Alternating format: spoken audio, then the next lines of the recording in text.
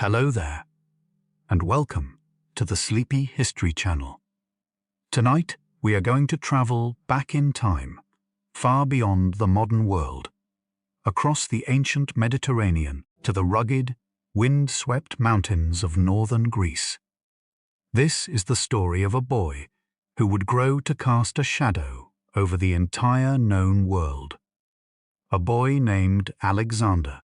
When I reflect on this era, it strikes me that we often think of history as a series of dates and battles. But underneath all of that, it is simply the story of people. People who breathed the same air we do, who looked up at the same stars, and who dreamed of what lay beyond the horizon. And no one dreamed bigger than the young prince of Macedon. The year is 356 BC. The ancient capital city of Pella rests under a deep, velvety night sky. Imagine the cool mountain breeze rolling down from the peaks, carrying the scent of pine needles, wood smoke, and the damp earth of the surrounding plains. The palace of King Philip II is quiet, save for the crackle of braziers burning in the courtyards and the soft, rhythmic footsteps of guards making their rounds. Inside the royal chambers, shadows dance against the intricately painted walls, flickering in the golden light of olive oil lamps. Here, Queen Olympias, a woman of deep mysticism and fierce intelligence, cradles her newborn son. It is said that on the very night Alexander was born, the great temple of Artemis at Ephesus burned to the ground. The ancient historians whispered that the goddess was too busy attending to the birth of this extraordinary child to save her own temple. Whether that is true or just a beautiful myth, I find it so compelling how the ancient world constantly wove magic into the fabric of everyday life. Olympias herself believed her son was destined for the divine. Descending from the legendary hero Achilles, she filled the boy's early years with stories of gods and monsters, of courage and destiny. She was shaping a conqueror before he could even lift a sword. As Alexander grew, the palace of Pella became his playground and his classroom. The stone corridors echoed with his footsteps and the laughter of his close companions, boys like our Hephaestion, who would stay by his side until the very end. The air in Macedon was harsh, breeding resilient people. The winters brought thick, biting snows that blanketed the valleys, while the summers were hot and unforgiving. Young Alexander learned to ride before he could read. Feeling the powerful muscles of a horse beneath him, the rhythm of hooves against the dry, dusty earth. He learned the weight of a wooden training sword, the rough texture of a leather grip, and the metallic tang of sweat and exertion. But it was not just physical strength that his father, King Philip, demanded. Philip was a brilliant tactician, a man who was systematically transforming the rough Macedonian shepherds into the most disciplined and fearsome army the world had ever seen. Watching his father, Alexander absorbed the slow, methodical art of leadership. He observed the way Philip spoke to his generals, the way he commanded a room, not just with his voice, but with his absolute, unwavering presence.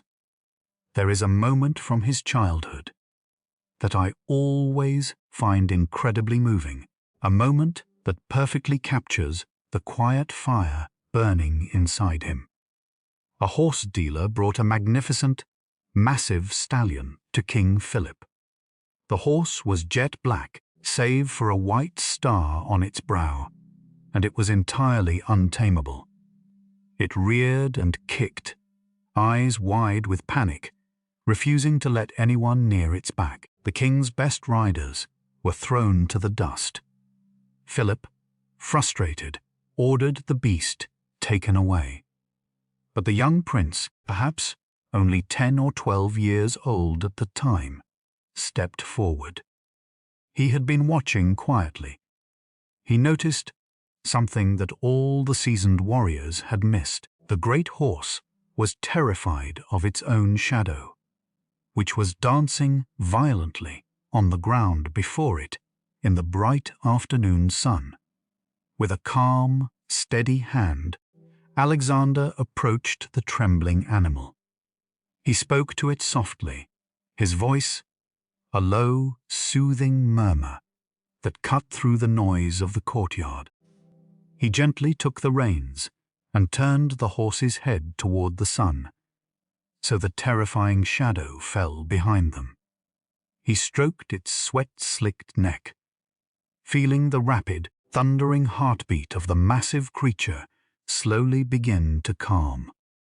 With a graceful, swift motion, the boy pulled himself onto the horse's bare back. The stallion, named Bucephalus, did not buck. Instead, it allowed the young prince to ride him across the open field, the wind rushing past them in a blur of speed and dust. When Alexander returned, his father was in tears of pride. Philip kissed his son and told him that he must find a kingdom big enough for his ambitions, for Macedon was simply too small for him. It is a beautiful image to hold on to as we drift into the story. A boy and his horse, standing in the sun with the entire world waiting, just beyond the mountains. The bond forged that day between Alexander and Bucephalus would last for decades, carrying them across deserts, through treacherous rivers, and into the heart of unknown empires. In the years that followed, Philip decided that his son needed a mind as sharp as his sword. He sent for the greatest philosopher of the age, Aristotle. Alexander and his companions were moved away from the bustling political atmosphere of Pella to a quiet, secluded sanctuary, dedicated to the nymphs, located in a place called Mieza. Imagine the tranquility of this sanctuary. It was shaded by ancient, towering trees, with cool, crystal-clear streams bubbling over smooth stones. The air was thick with the scent of wild herbs and the gentle hum of cicadas in the warm afternoon heat.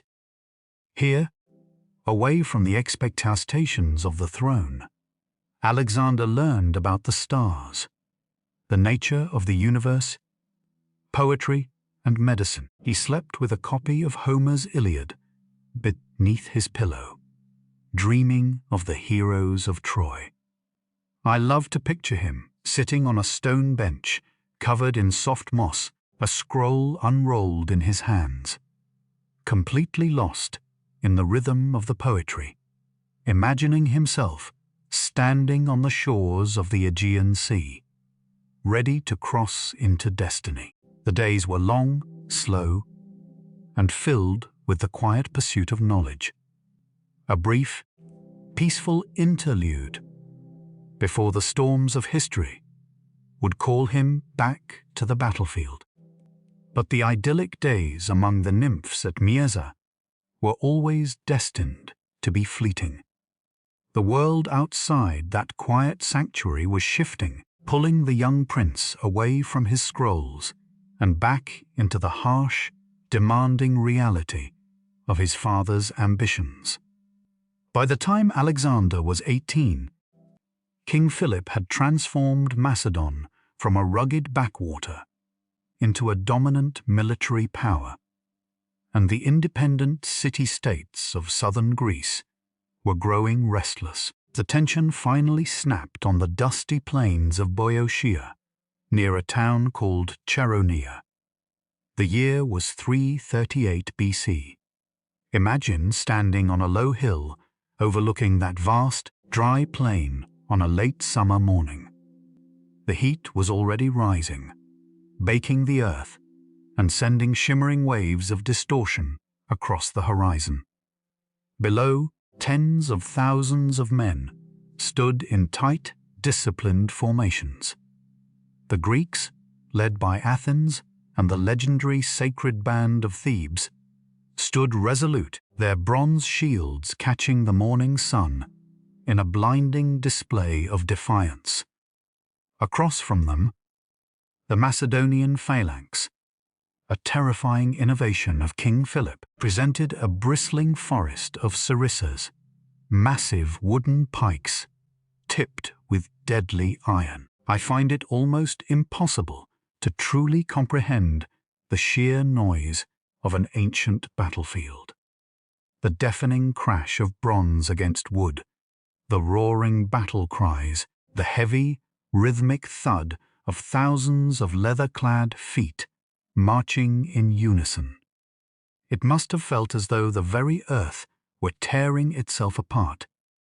In this chaos, the teenage Alexander was given command of the companion cavalry, the elite mounted strike force of the Macedonian army. He was not kept safely in the rear. He was placed directly at the spearhead of the attack, facing the most fearsome warriors in Greece, the sacred band of Thebes. These were 300 men, sworn lovers and elite fighters, who had never once been broken in combat. They stood their ground on the right flank, an immovable wall of shields and spears. When I reflect on this moment, it strikes me how heavily the future of the world hung on the shoulders of an 18-year-old boy. The pressure must have been suffocating, heavier than the intricately embossed bronze breastplate he wore. Yet, when the order was given, Alexander did not hesitate. He led his cavalry in a devastating, wedge-shaped charge, the hooves of their horses tearing through the dry grass, raising a massive cloud of yellow dust that choked the air. The impact was cataclysmic. Through sheer force of will, tactical brilliance, and raw courage, Alexander and his companions shattered the invincible sacred band. They fought to the last man.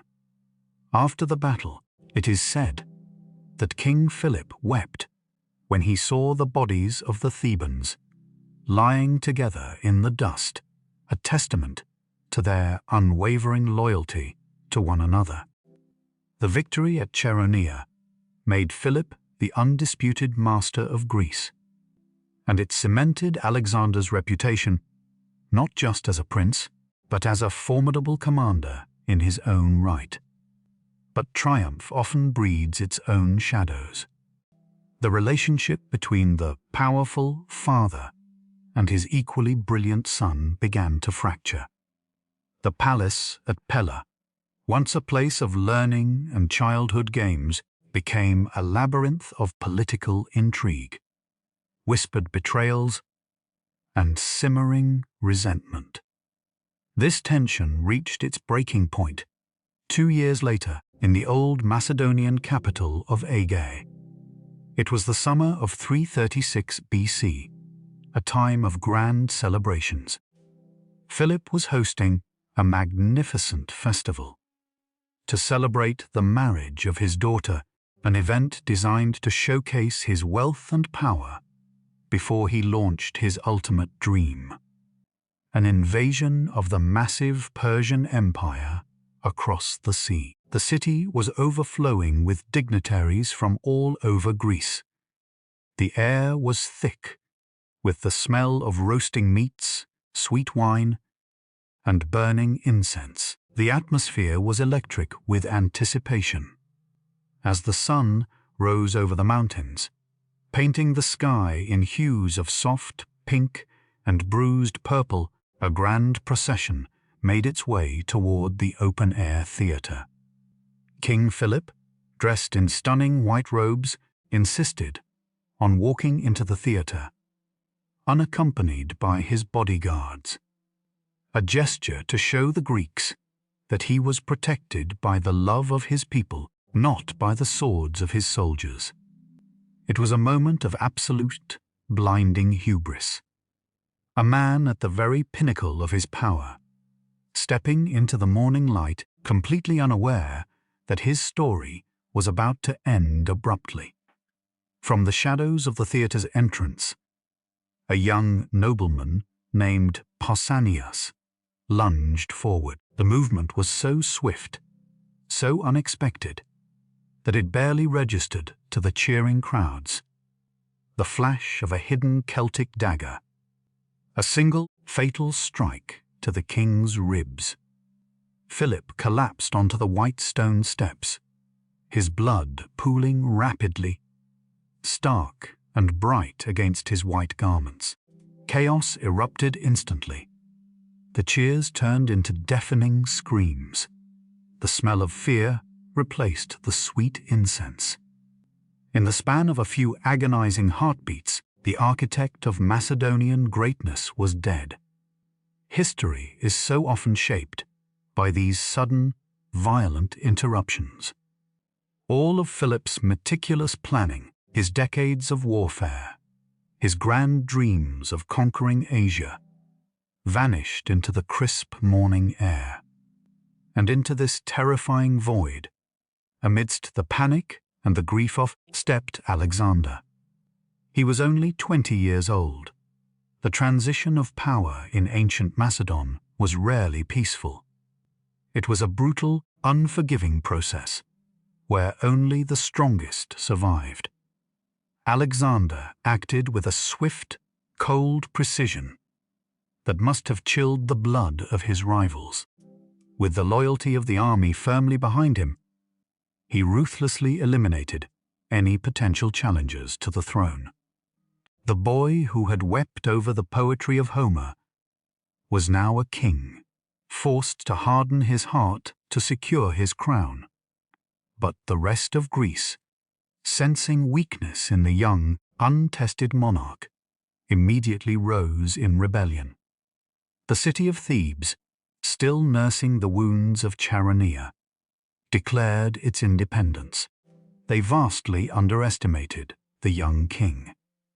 Alexander marched his army south with terrifying speed, covering distances that were thought impossible, arriving at the gates of Thebes before they even realized he had left Macedon.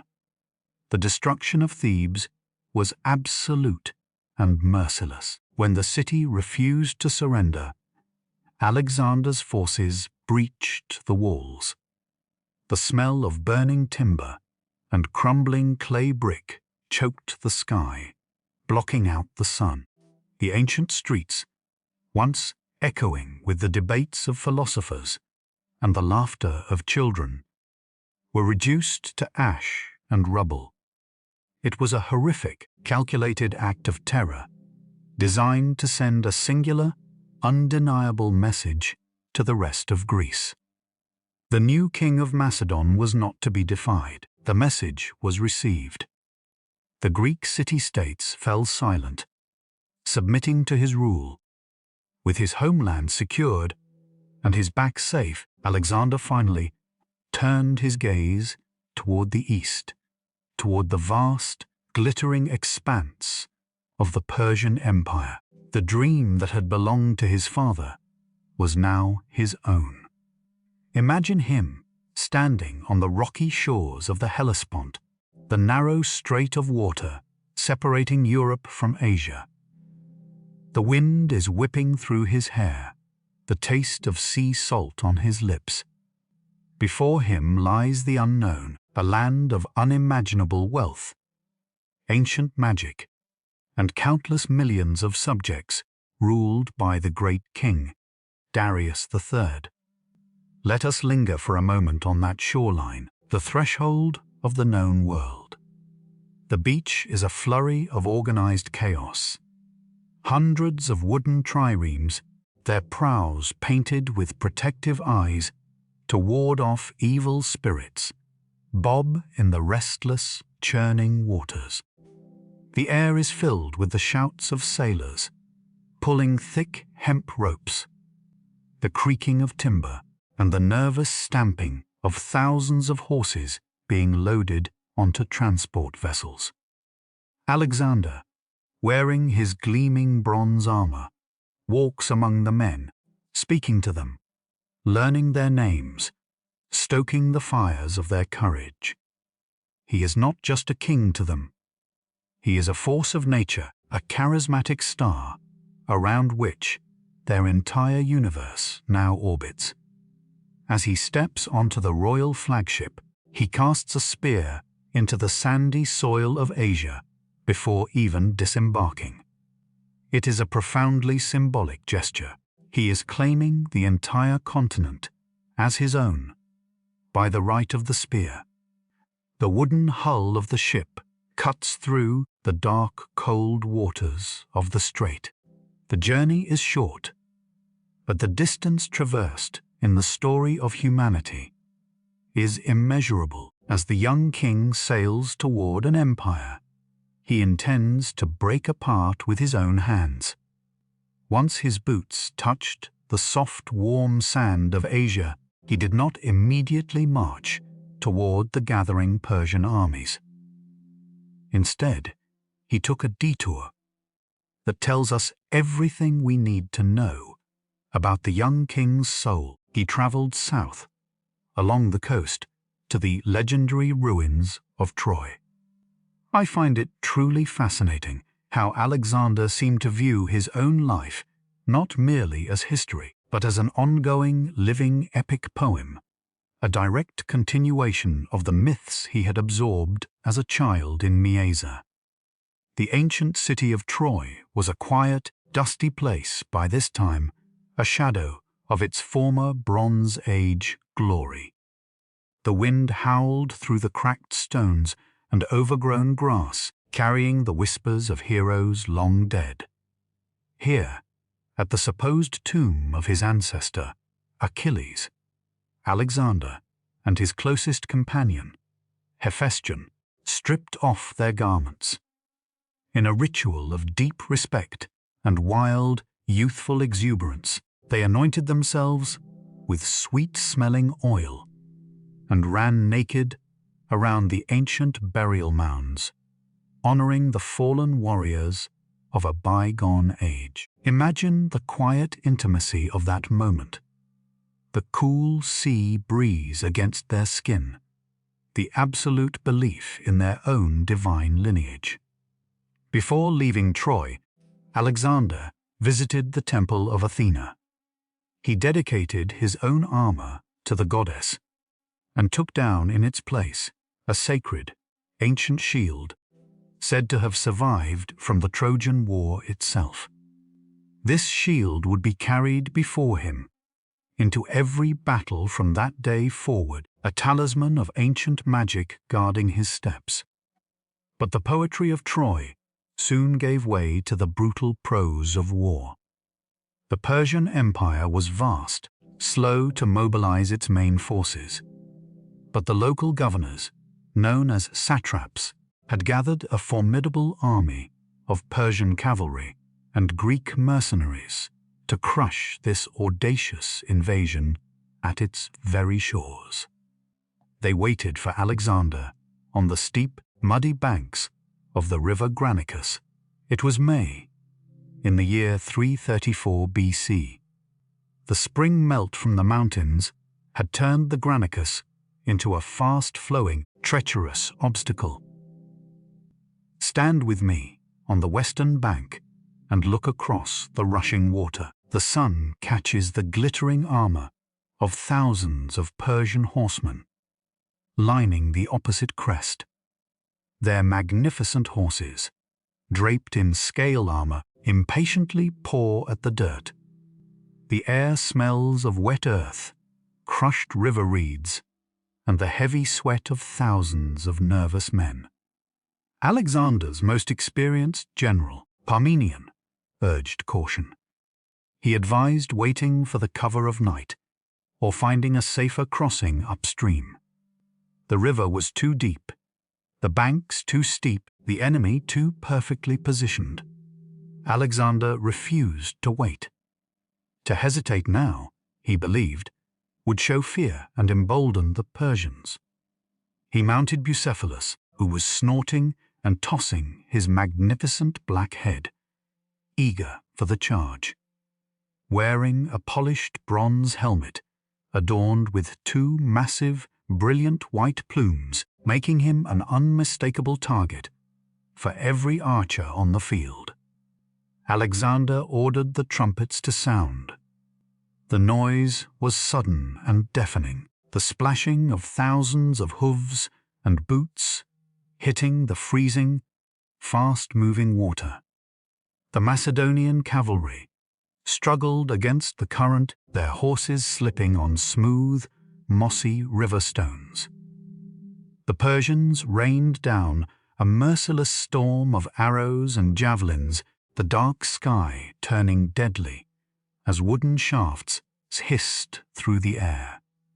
Alexander plunged directly into the thickest part of the fighting, his white plumes acting as a beacon for his men and a bullseye for his enemies. The battle on the muddy banks was a chaotic, swirling melee of splashing water, screaming men, and the horrific crunch of bronze on bone. At the very heart of the clash, Alexander found himself surrounded by Persian nobles, his spear shattered against an enemy breastplate. A Persian lord named Roxana rode at him, swinging a heavy sword that cleaved through Alexander's helmet, stopping just short of his skull. As Alexander reeled from the dizzying blow, another Persian nobleman, Mithridates, raised a brutal battle-axe behind the king, ready to deliver the killing strike. When I reflect on this exact second in time, my breath catches. The entire future of the world hung by a microscopic thread. If that axe falls, there is no Alexandrian empire. There is no spread of Hellenistic culture across the globe. History is rewritten in an instant, but the axe did not fall. Cleitus the Black, one of Alexander's oldest and fiercest commanders, surged forward through the splashing mud. With a desperate, powerful swing of his own sword, Cleitus severed the arm of Mithridates, right at the shoulder, just as the axe was descending. The heavy weapon splashed harmlessly into the blood-stained water of the Granicus. Saved from certain death, Alexander rallied his men. The ferocity of the Macedonian assault, combined with their impenetrable phalanxes crossing the river behind the cavalry, finally broke the Persian lines. The satraps fled, leaving their Greek mercenaries to be slaughtered or captured without mercy by the furious Macedonians. The victory was total, but the cost was intimately felt. That evening, as the sun dipped below the hills, painting the river in shades of dark crimson and bruised purple, a heavy silence settled over the camp. The adrenaline had faded, replaced by the deep, aching exhaustion of survival. Alexander did not celebrate in his grand pavilion. Instead, he walked slowly among the wounded. The air was thick with the scent of burning herbs used to clean wounds, and the sharp, coppery smell of blood. He sat beside his soldiers, many of whom were just boys from the rugged mountains of his homeland. He asked them to show him their scars, to tell him the stories of their bravery.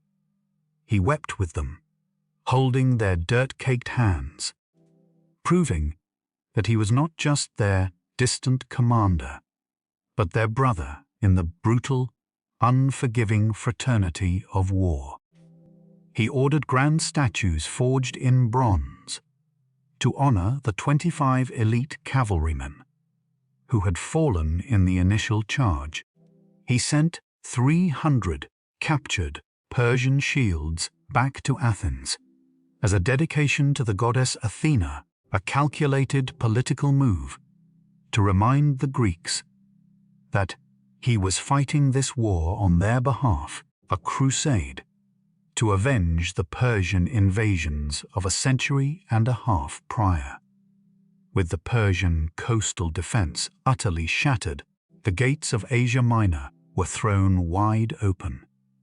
The Macedonian army began a slow, methodical march southward along the beautiful, sun-drenched Ionian coast. The summer heat was oppressive, heavy with humidity. As they navigated through rocky valleys and dense, fragrant pine forests, city after city threw open their gates, welcoming Alexander not as a foreign conqueror, but as a liberator, freeing them from the heavy taxation of the Persian crown. It is easy to romanticize this march, to imagine a parade of endless triumphs, but the reality was a grueling logistical nightmare of feeding tens of thousands of men and horses in the sweltering Mediterranean heat. Yet the young king seemed entirely immune to fatigue. He marched on foot alongside his infantry, sharing their meager rations of dried figs and hard bread, his eyes always fixed on the southern horizon, where the true heart of the vast, unfathomable Persian Empire awaited his arrival. As the autumn winds began to replace the stifling heat of summer, the Macedonian war machine encountered its first truly immovable object. Down on the southwestern tip of the peninsula stood the great city of Halicarnassus. This was not a city that would simply open its gates. It was a fortress of staggering proportions, defended by massive stone walls and commanded by a brilliant Greek mercenary named Memnon, a man who fought for the Persian king with a cold, calculating fury. I find the slow, grueling nature of ancient sieges to be completely terrifying. It was not a matter of a single, glorious afternoon battle. It was weeks and months of grinding, agonizing labor. Imagine the deafening, rhythmic thud of massive wooden battering rams, striking against solid stone, vibrating through the soles of your sandals. The air around Halicarnassus grew thick and foul, with the suffocating smell of burning sulfur, boiling pitch, and the metallic tang of blood as Memnon's forces launched brutal midnight sorties to burn the Macedonian siege engines. Alexander spent his days in the trenches, his bronze armor covered in white stone dust and soot, his eyes red from lack of sleep. He was learning that conquering the world required just as much patience as it did bravery. Eventually, the relentless pressure cracked the defenses. But Memnon, ever the pragmatist, refused to surrender the city intact. Under the cover of darkness, he set Halicarnassus ablaze and evacuated his surviving troops by sea. When Alexander finally breached the gates, he walked through streets choked with black smoke and crumbling, fiery timber. It was a hollow victory, a stark reminder that the Persian Empire would scorch its own earth rather than hand it over. With the coastline secured, Alexander turned his army inland, marching up onto the vast, unforgiving high plateau of Anatolia. Winter fell upon them with a sudden, vicious bite. The landscape transformed into a desolate expanse of freezing winds and driving snow. The men wrapped themselves in thick animal hides, their breath pluming like smoke in the frigid mountain air as they trudged toward the ancient, legendary city of Gordium. the old capital of the Phrygian kings. It was here, seeking shelter from the bitter cold, that Alexander encountered a challenge that could not be solved with a siege tower. Inside the ancient, shadowy temple of Zeus, resting on the cold stone floor, was an old wooden ox cart. It was said to have belonged to the mythical King Midas, but it was not the cart that drew the eye. It was the yoke. It was bound to the pole by a massive, impossibly complex knot made from the bark of the cornel cherry tree. Over the centuries, the wood had dried and hardened into something akin to stone. The legend whispered across the entire known world, stated that whoever could unravel this knot would become the undisputed lord of all Asia. You can picture the scene perfectly. The dusty, dim light filtering through the high windows of the temple. The absolute, breathless silence of Alexander's generals and the local priests pressing in around him. He stood before the cart for a long time, his sharp eyes tracing the chaotic, tangled twists of the ancient wood. He reached out, his strong, calloused fingers probing the knot, searching desperately for an end, a weakness, a beginning, but there were no ends. It was a perfect, closed loop of defiance.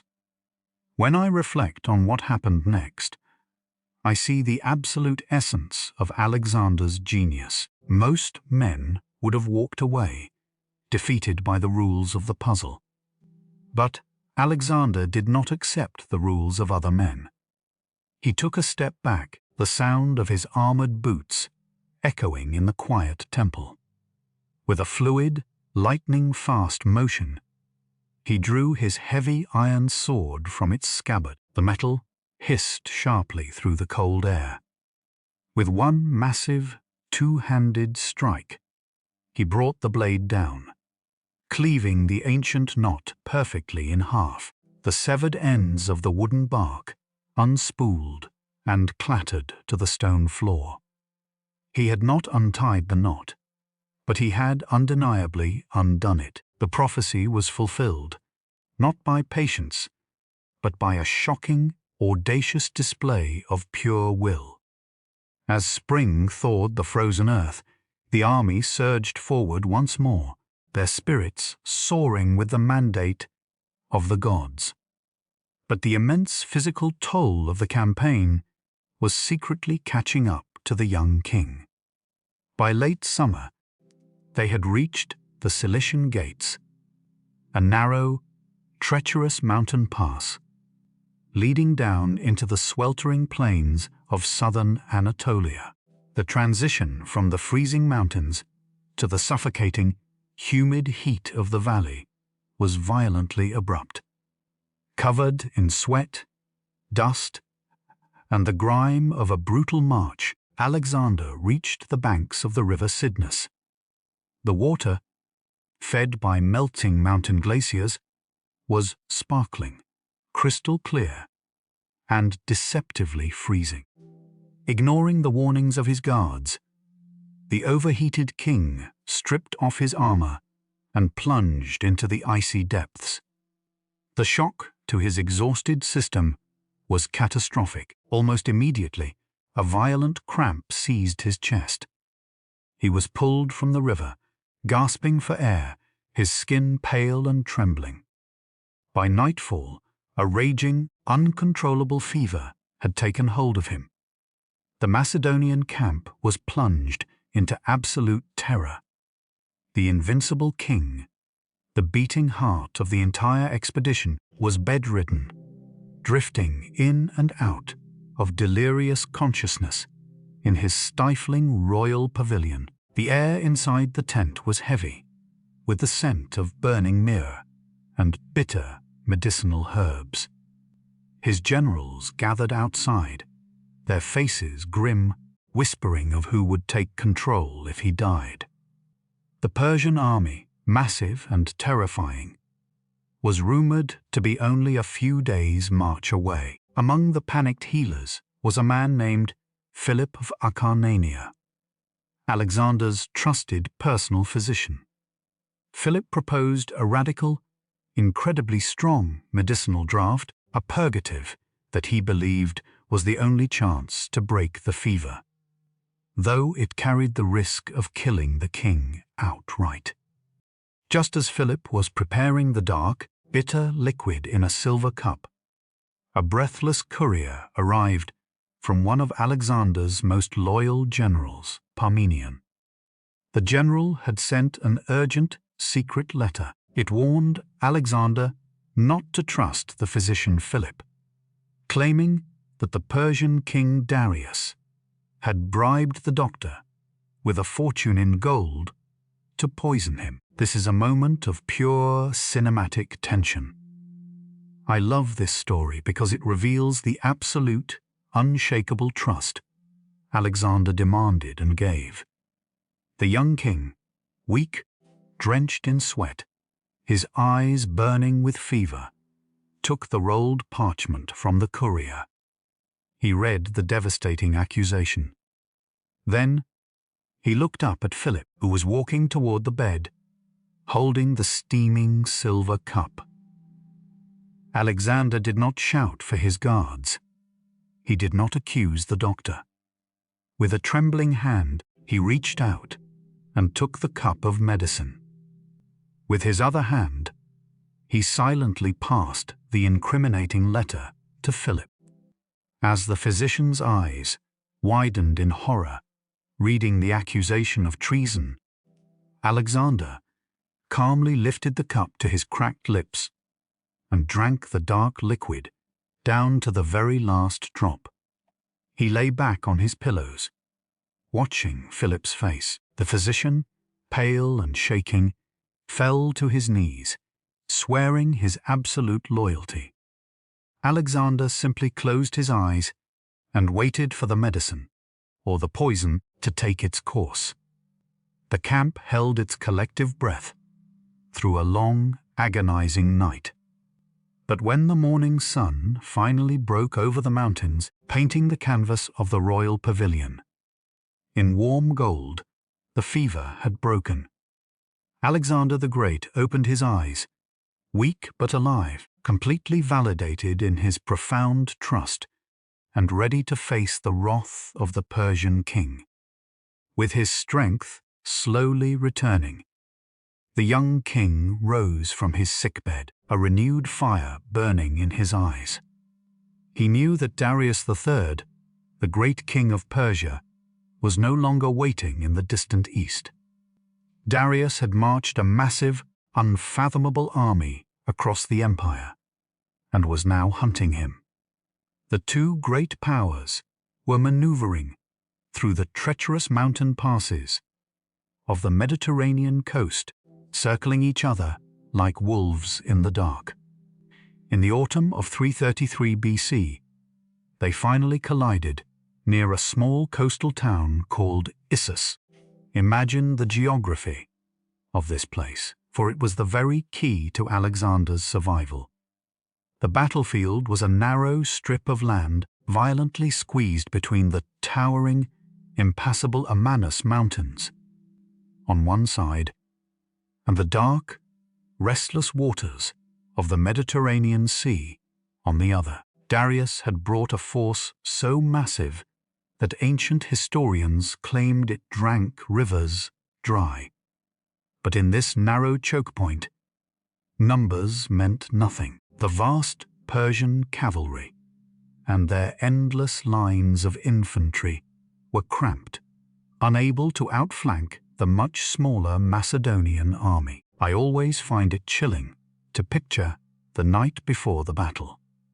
A cold, heavy rain had fallen, turning the coastal plain into a thick, sucking mud. In the Macedonian camp, the men huddled together for warmth, listening to the deafening, ocean-like roar of the Persian camp just a few miles away, the sound of hundreds of thousands of men The neighing of tens of thousands of horses, the beating of massive war drums, echoing off the mountain walls.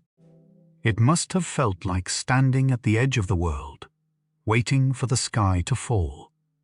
But when dawn broke, scattering the storm clouds, Alexander was already in motion. He rode Bucephalus slowly up and down the lines of his men.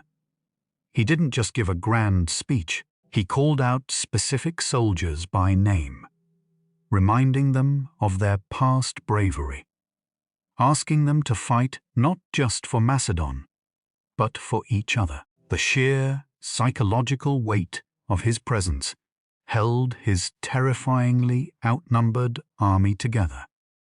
The battle began with the slow, agonizing advance of the Macedonian phalanx, their massive sarissas lowered like a moving forest of iron. They waded through the shallow, muddy waters of the Pinarus River, absorbing a horrific rain of Persian arrows that darkened the morning sky. The fighting along the riverbank was desperate and bloody. But Alexander was not looking at the river. His eyes were fixed on the center of the Persian line, where the great King Darius sat high upon a magnificent, towering golden war chariot, surrounded by his elite royal guard, the legendary apple bearers. Alexander saw the singular weakness in the Persian war machine. It was entirely dependent on the physical presence of its king. If Darius fell, the empire would shatter. Waiting for the perfect, fleeting moment, when a gap opened in the Persian line, Alexander formed his companion cavalry into a devastating wedge. With a blood-curdling roar, he personally led the charge. They tore through the chaotic battlefield, a perfectly disciplined spearhead of bronze and muscle, driving straight toward the golden chariot. The clash was apocalyptic. Alexander's cavalry smashed into the Persian royal guard. Swords shattered against heavy armor, and men were trampled beneath the hooves of frenzied horses. Alexander himself fought like a man possessed, taking a shallow sword thrust to his thigh, the sharp pain only fueling his ferocity. He pushed closer and closer to Darius, his eyes locked on the Persian king.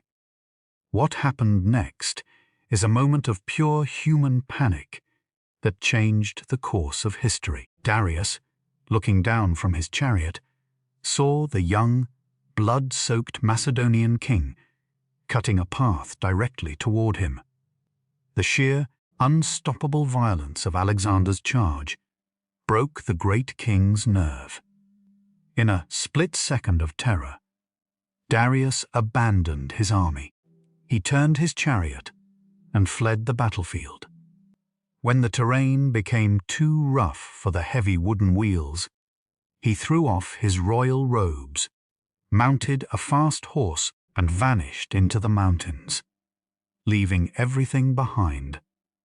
The sight of the royal standard fleeing sent a shockwave of despair through the Persian ranks. The massive army disintegrated, turning into a terrified, chaotic mob trying to escape the slaughter. The Battle of Issus was over, and it was a victory of staggering proportions. But the most poignant moment of the day came in the aftermath. When Alexander entered the abandoned Persian camp, he found the royal pavilion of Darius. It was a tent the size of a palace, filled with solid gold furniture, jewel-encrusted basins, and unimaginable luxury. But he also found something else.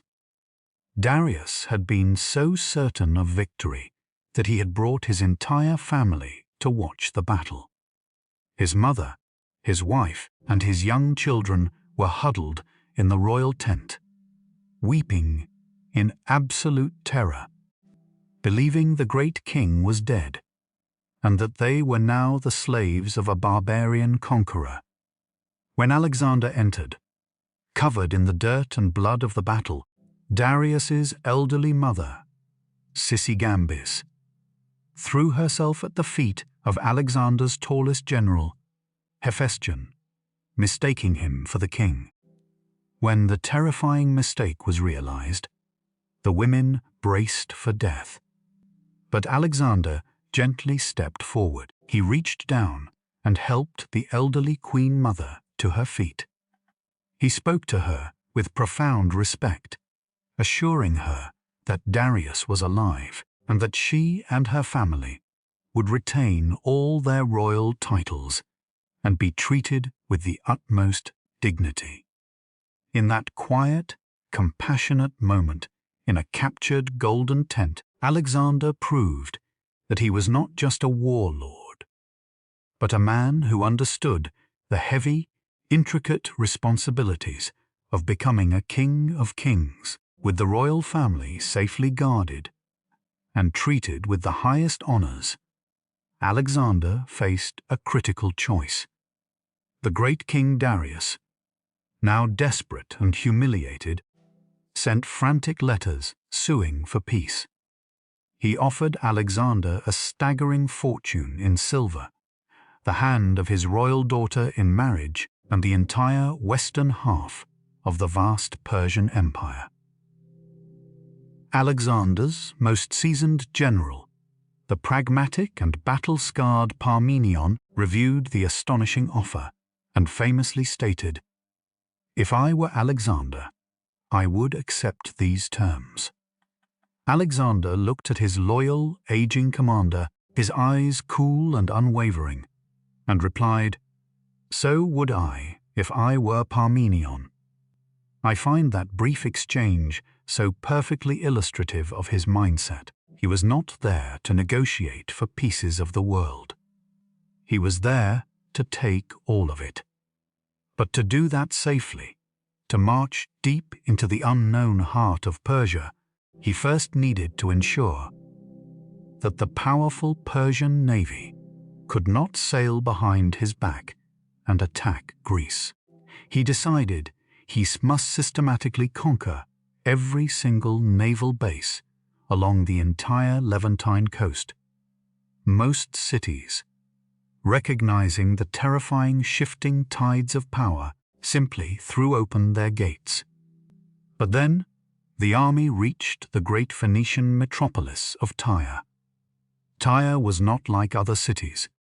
It was an impregnable island fortress, situated about half a mile offshore, surrounded by massive, towering stone walls that dropped straight down into the crashing, deep blue waves of the sea. The Tyrians felt completely secure. They possessed a formidable navy, and Alexander had absolutely no ships. When he sent envoys, requesting peace and permission to make a sacrifice at the island's temple, the Tyrians brutally murdered the messengers and threw their bodies from the high walls into the ocean below. That defiant, bloody act sealed their fate. What followed was one of the most grueling, unimaginably difficult engineering feats in human history. If Alexander did not have a navy to cross the sea, he would simply remove the sea. He ordered his men to build a mole, a massive, artificial land bridge made of timber, earth, and stone, reaching from the mainland all the way out across the water to the island city. Imagine the sheer, back-breaking labor of this endeavor. The Mediterranean sun was relentless, beating down mercilessly on the bare backs of thousands of men, hauling broken masonry from the ruins of old mainland Tyre. The air tasted constantly of bitter salt and the heavy sweat of sheer exhaustion. They felled massive, fragrant cedar trees from the nearby mountains of Lebanon, driving the thick wooden pilings deep into the churning sea floor to hold the rock and earth in place. Slowly, agonizingly, foot by foot, a man-made peninsula crept out into the restless ocean. As the causeway grew closer to the island, the Tyrians realized the impossible was actually happening. They launched furious, desperate counterattacks. Tyrian ships swarmed the vulnerable workers, raining down armor-piercing arrows and hurling burning debris. At one terrifying point, the Tyrians loaded an old transport ship with dry branches, pitch, and sulfur, set it ablaze, and drove it straight into the massive wooden siege towers Alexander had built at the very end of the mole. The explosion of fire and thick black smoke was catastrophic, destroying months of agonizing labor in a single devastating afternoon. When I reflect on this agonizing setback, I realize that for almost any other commander, this would have been the end of the siege. The sea was too deep, the enemy too entrenched, the cost in blood and time far too high. But Alexander's resolve only hardened into something terrifyingly cold. He realized that earth and stone alone would not win this battle. He needed ships of his own. Leaving the siege in the capable hands of his engineers, he traveled south and used his growing political influence to gather a massive fleet from the newly conquered Phoenician cities and the island of Cyprus. When he finally returned to Tyre, he did not just bring a land army. He brought a sprawling armada of over 200 warships. The sea, which had been the Tyrians' greatest and only defense, was suddenly choked with enemy vessels.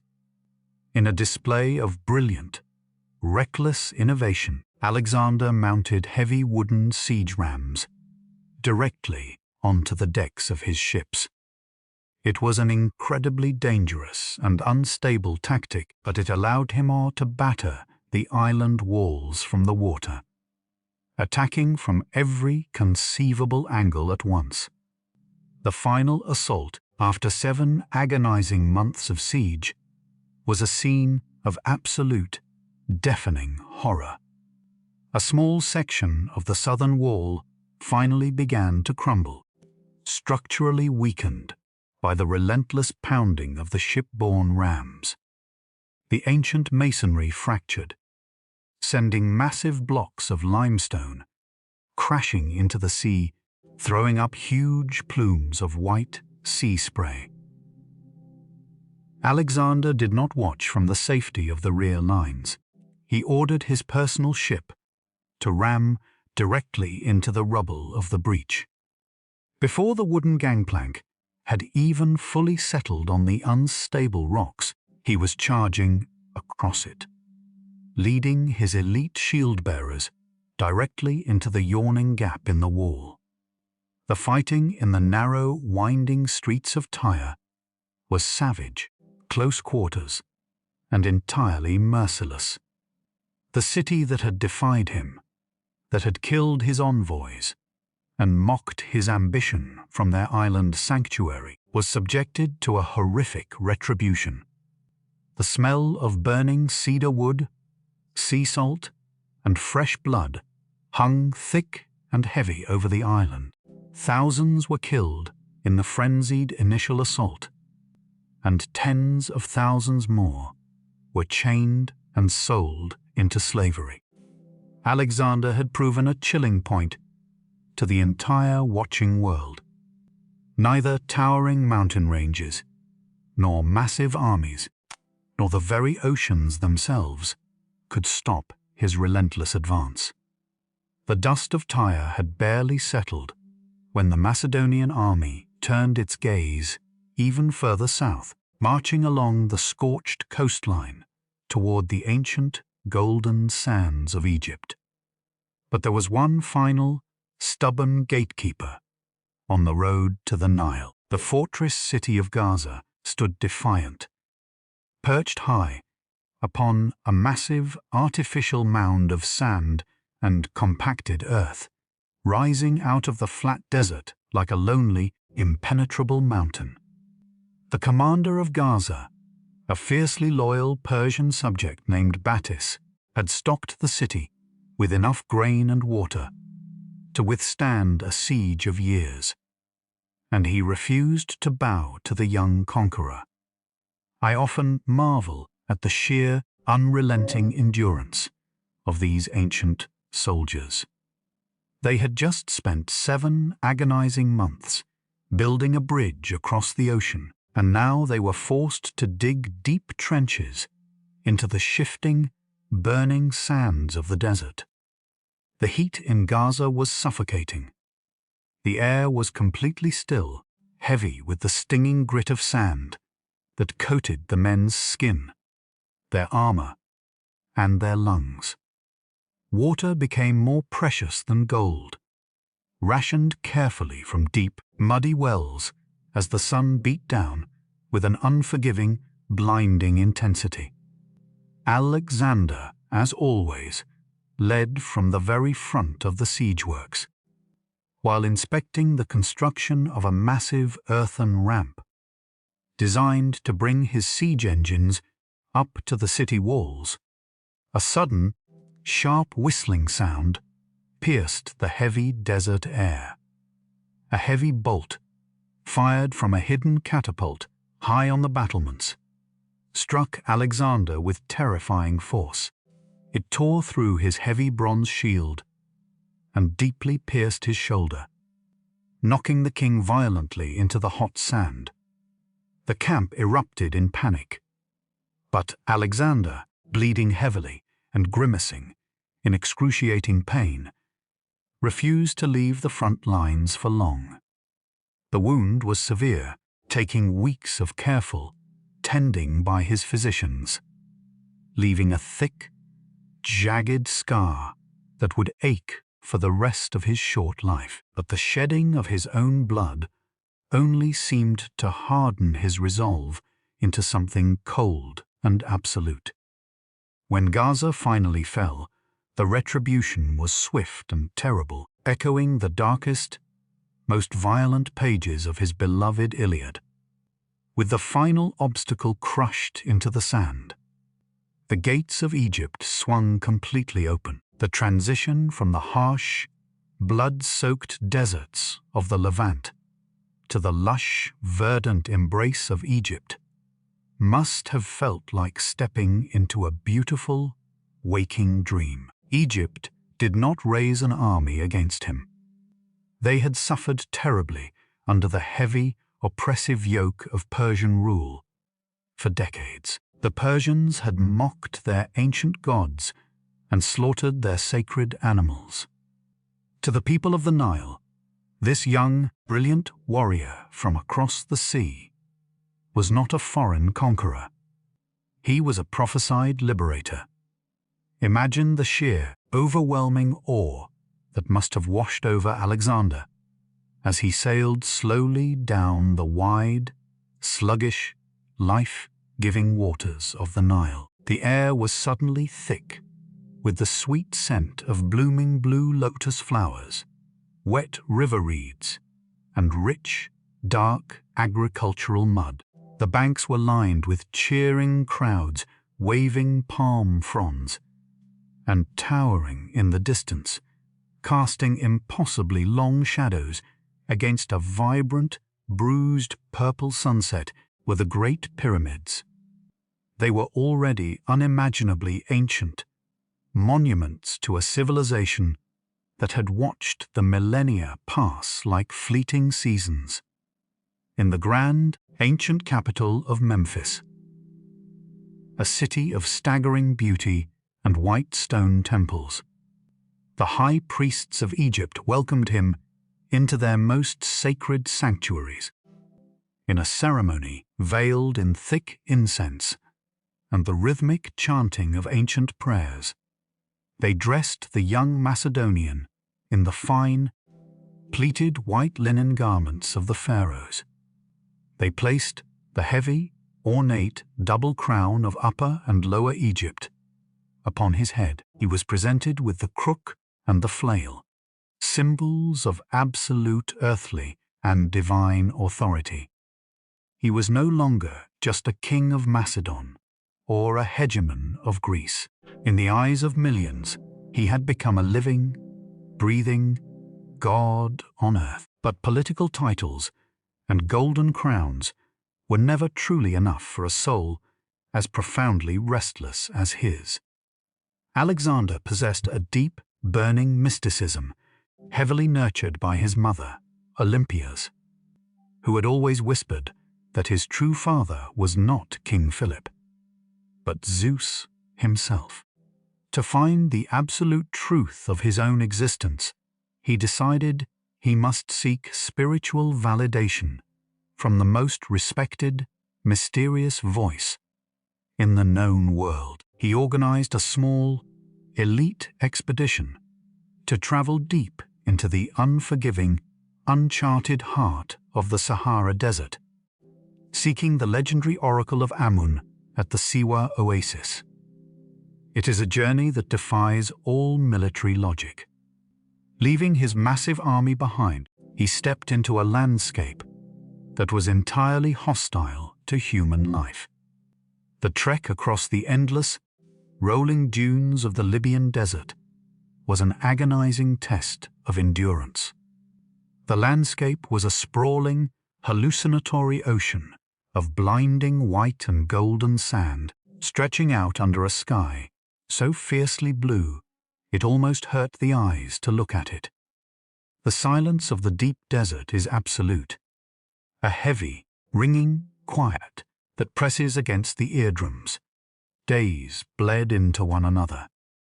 The harsh, biting winds erased their tracks in minutes, leaving them adrift in a sea of sand. When their water skins ran dangerously low, panic began to set in among his guides.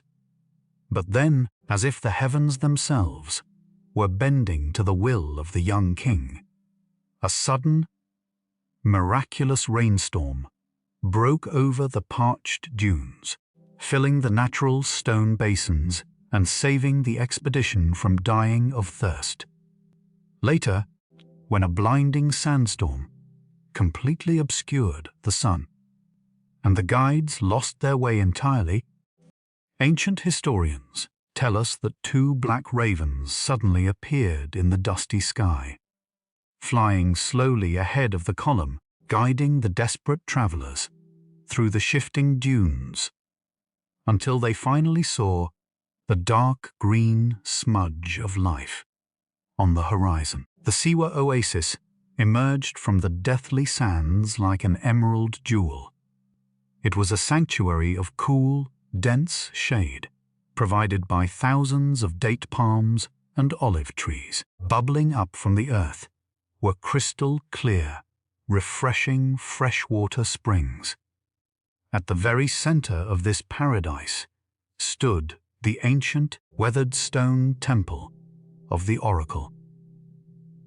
The air was incredibly peaceful, filled with the gentle rustling of palm leaves and the sweet smell of flowering vines. As Alexander approached the temple entrance, the high priest of Amun emerged from the cool shadows of the sanctuary to greet him. The priest, speaking in heavily accented Greek, made a profound, deliberate translation error. Instead of greeting him as, "O my son," he addressed Alexander as, "O Son of God." The young king's eyes must have widened. He ordered his companions to remain outside in the sunlit courtyard. Alone, he stepped into the dark, heavily perfumed inner sanctum of the temple to ask the oracle his most deeply guarded questions. We will never truly know what words were exchanged in the shadowy depths of that ancient room. When Alexander finally emerged back into the bright desert sunlight, his face was radiant with a profound, secretive peace.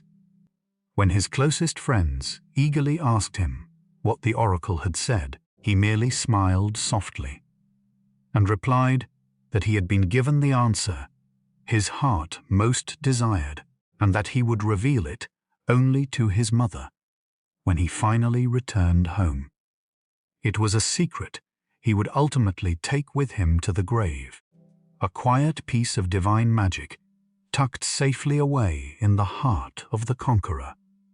Before leaving the warm embrace of Egypt, however, he had one final, monumental act of creation to perform. While his armies had thus far been instruments of destruction, breaking the heavy chains of the Persian Empire, Alexander possessed an equally powerful desire to leave a permanent, beautiful mark upon the earth. He traveled to the western edge of the lush Nile Delta to a narrow, windswept strip of limestone, separating the deep blue Mediterranean Sea from the still, dark waters of Lake Mareotis. When I reflect on this location, it is a testament to his absolute genius. It was a perfect natural harbor, sheltered by the island of Pharos, strategically positioned to seamlessly link the agricultural wealth of Egypt with the bustling maritime trade routes of Greece. He did not merely point to a map in a tent. He walked the rocky, sun-baked ground himself. Using the traditional, ancient method of Greek city planners, he took crushed white barley grain from the rations of his soldiers and personally traced the vast, sweeping lines of the future city walls upon the dusty earth. He marked out the grand avenues, the sprawling market squares, and the sacred spaces for magnificent temples.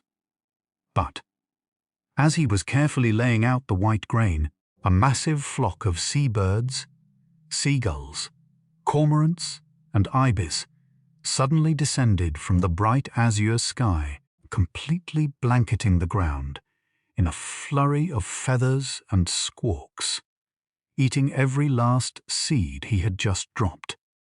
His companions were immediately horrified, whispering nervously among themselves that the gods were sending a terrible omen, a sign that the new city would be devoured by famine or destroyed by enemies. But Alexander's personal seer, a wise and gentle man named Aristotle, smiled and shook his head.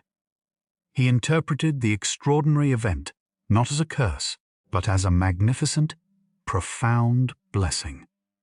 The birds eating the grain, he calmly explained to the panicked men, meant that this new city would one day provide immense nourishment, wealth, and shelter to people from all over the known world. Thus, the magnificent city of Alexandria was officially born. It would rapidly grow to become the glowing intellectual heart of antiquity, a brilliant beacon of learning and culture that would outlast his vast empire by thousands of years. But a conqueror cannot linger forever in the peaceful shade of an architect's dream. The great king, Darius, was still alive, and rumors were swirling that he was raising a new, terrifyingly large army in the distant, mysterious east. In the spring of the year 331 BC, Alexander turned his back on the lush, comforting green fields of the Nile and marched his hardened, fiercely loyal veterans back into the unforgiving, sweltering heat of the Levant. They moved with a slow, mechanical, unstoppable rhythm, a massive bronze serpent, winding its way back through the ancient, fragrant cedar forests of Lebanon and out into the sprawling, dusty, arid plains of Syria. Their ultimate destination was the very cradle of human civilization, the ancient, fertile lands locked between two great rivers, Mesopotamia. The march was agonizingly long and physically devastating. The brutal summer sun beat down upon them like a physical weight, baking the earth until it cracked and split open in deep, dry webs. When they finally reached the muddy banks of the mighty Euphrates River, the engineers quickly constructed sturdy pontoon bridges out of hollowed logs and thick rope to cross the sluggish water.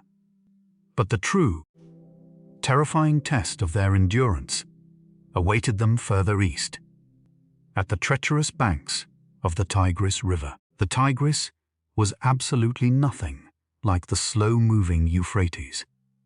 It was a fast, vicious, terrifyingly deep river that surged and foamed with the heavy, icy meltwater flowing down from the distant, snowy Armenian mountains.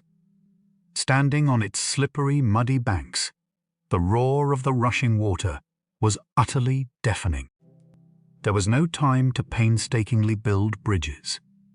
The massive Persian army was rumored to be entirely too close. The men were forced to strip off their heavy cloaks, link their bare, muscular arms tightly together, and form massive, living human chains to step into the freezing, waist-deep current. Imagine the sheer, suffocating terror of that crossing. The icy water viciously pulled and tore at their tired legs with unbelievable hidden force. Men slipped on the smooth, mossy river stones, instantly disappearing beneath the dark, churning surface, their heavy bronze armor dragging them down into the freezing depths before anyone could reach out and grab them. Alexander himself refused to cross safely on horseback. He crossed on foot, directly alongside his struggling infantry, plunging into the freezing torrent, to share completely in their immense suffering and danger. When they finally dragged themselves onto the eastern bank, shivering violently, utterly exhausted, and covered from head to toe in thick, black, foul-smelling river mud, a profound, heavy sense of dread settled over the encampment. And then, as if the heavens themselves were directly reflecting the immense, swirling anxiety of the tired soldiers, a terrifying celestial event occurred in the night sky. It was the night of September the 20th.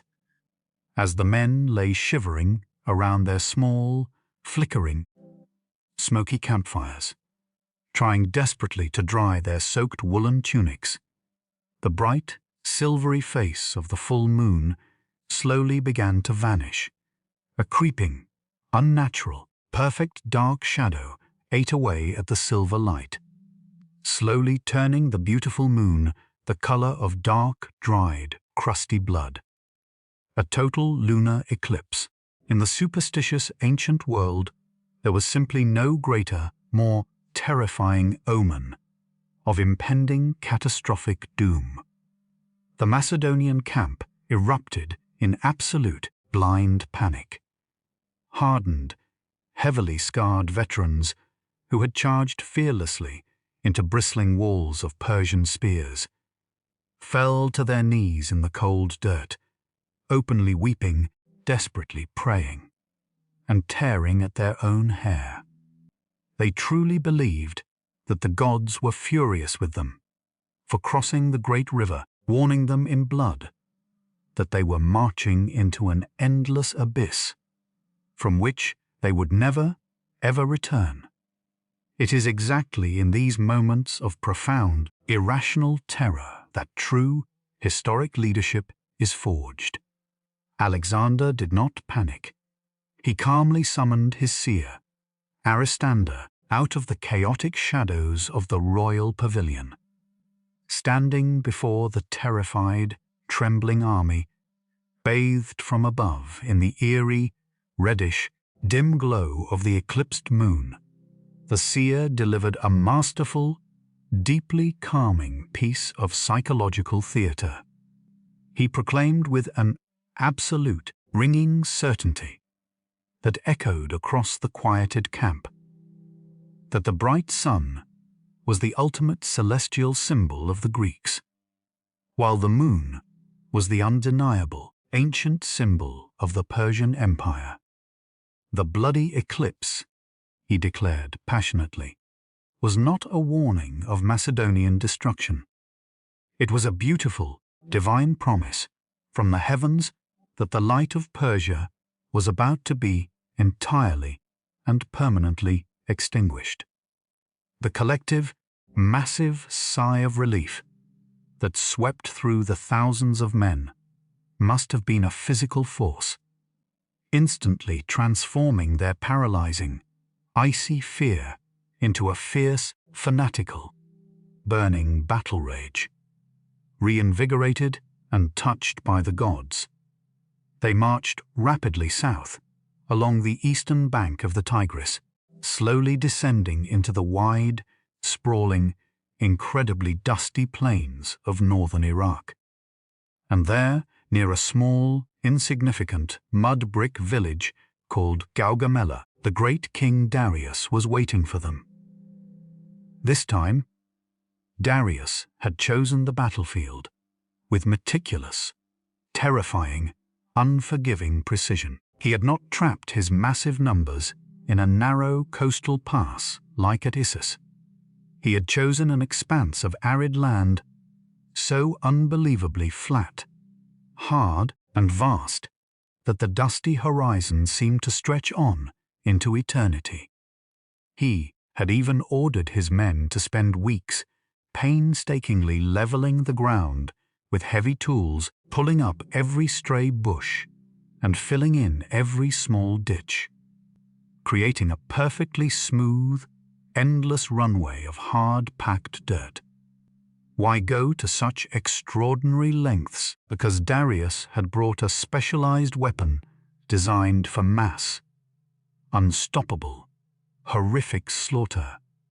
Hundreds of heavy scythed chariots. These massive wooden vehicles were equipped with long, razor-sharp, gleaming iron blades protruding horizontally from their spinning wheel hubs, designed to be driven at absolute full speed directly into tightly packed infantry formations, to literally cut men and wooden shields to bloody pieces. And standing firmly behind these terrifying machines was an army of absolutely unimaginable, staggering scale. The ancient sources claim there were 1 million men, and while modern historians suggest a more realistic number, it was still a breathtaking, overwhelming force of perhaps 250,000 warriors gathered from every corner of Asia. The air above the vast plain was completely choked with a massive, impenetrable yellow cloud of thick dust raised by the sheer, endless movement of hundreds of thousands of leather boots and horse hooves. As the sun finally set on the tense, quiet night before the battle, Alexander and his elite generals rode their horses slowly to the crest of a low, rocky hill to survey the enemy positions. What they saw, stretching out before them, must have chilled them down to the very marrow of their bones. The Persian campfires stretched out infinitely across the dark, flat plain, looking exactly like the glittering stars of a massive, fallen galaxy resting on the earth. The ambient noise of the enemy camp was a low, terrifying, continuous rumble that literally vibrated through the rocky ground beneath their horses' hooves. They could hear the rhythmic beating of massive war drums, the strange, echoing chanting to foreign gods, and the terrifying, restless neighing of massive war elephants brought from the distant, unknown borders of India. Alexander's oldest, most battle-scarred and experienced general, Parmenion, stared out at the endless, terrifying sea of flickering firelight. His weathered face was deathly pale in the cool moonlight. He turned slowly to the young king and desperately begged him to order an immediate, all-out night attack. Parmenion argued, with the heavy weight of decades of survival in his voice, that to fight such an impossibly massive, overwhelming force in the bright, revealing light of day was absolute, unavoidable suicide. The darkness, he reasoned desperately, would hide their own incredibly small numbers and create massive, bloody chaos in the sprawling, disorganized Persian ranks. Alexander stood in silence for a long moment, looking out over the vast, glittering expanse of the enemy camp, the cool night wind gently pulling at his heavy red woolen cloak. He listened intently to the terrifying, rhythmic roar of the distant Persian drums. Then, turning to his oldest general, with a voice as calm, still, and clear as a freezing winter morning, he famously replied, "I will not steal my victory." He knew with absolute certainty that if he attacked in the chaotic dark, Darius could always blame his inevitable defeat on the confusion of the night, and the empire would never truly submit.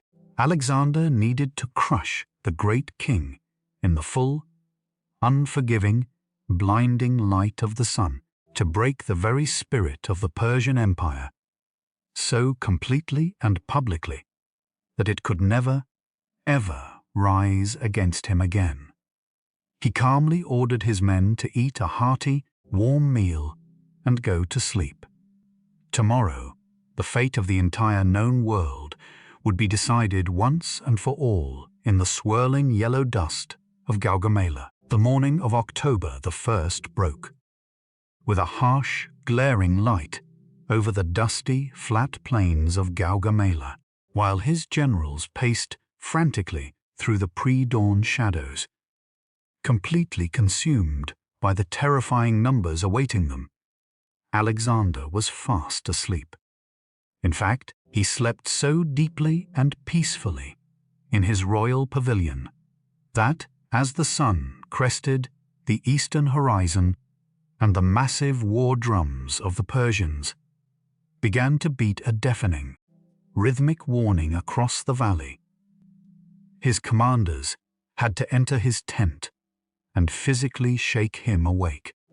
When a panicked Parmenion asked how he could possibly sleep like a man who had already won the war, Alexander smiled warmly, his eyes clear and bright. He replied that the agonizing wait was finally over, that the great king was standing on the field, and there was nothing left to do but execute the plan. I find it almost impossible to comprehend the mental state required to sleep soundly before a battle of this unimaginable magnitude.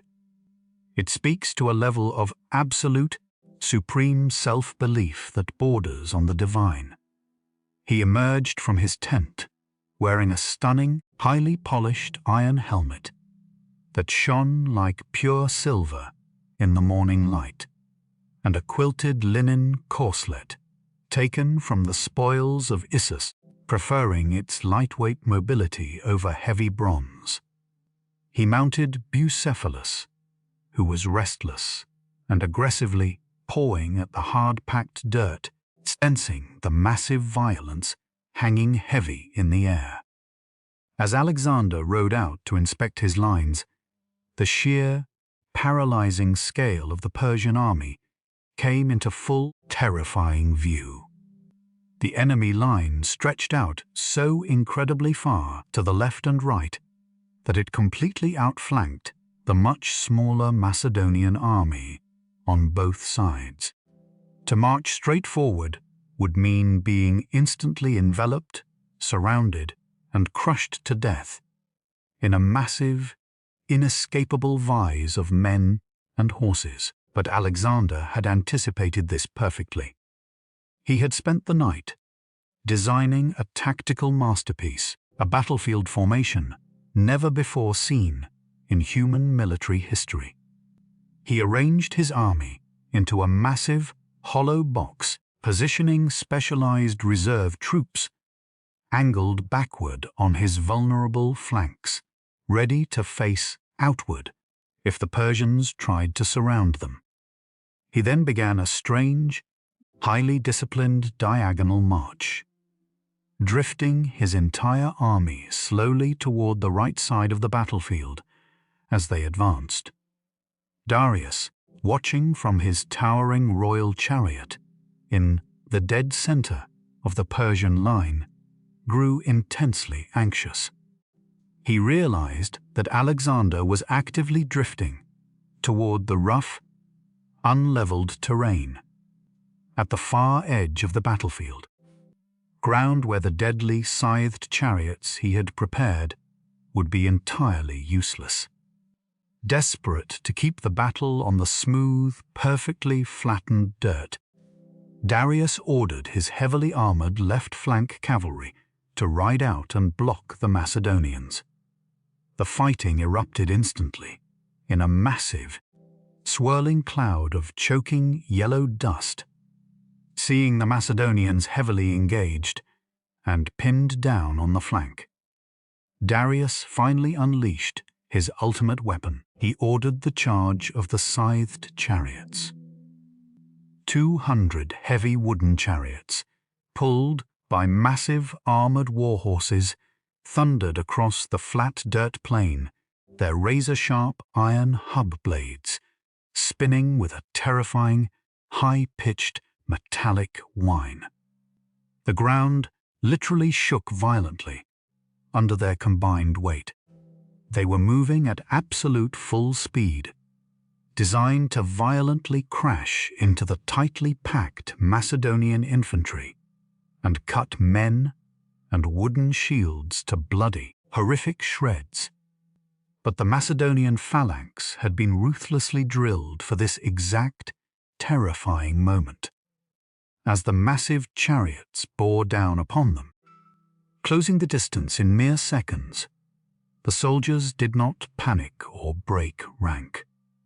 On a single, piercing trumpet command, the disciplined soldiers simply stepped aside, creating wide, perfectly timed corridors in their own lines.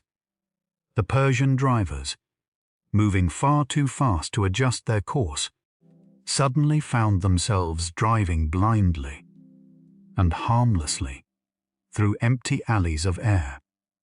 As they passed completely through the formation, the Macedonians in the rear effortlessly dragged the panicked drivers down from their wooden platforms, slaughtering the horses with their long spears.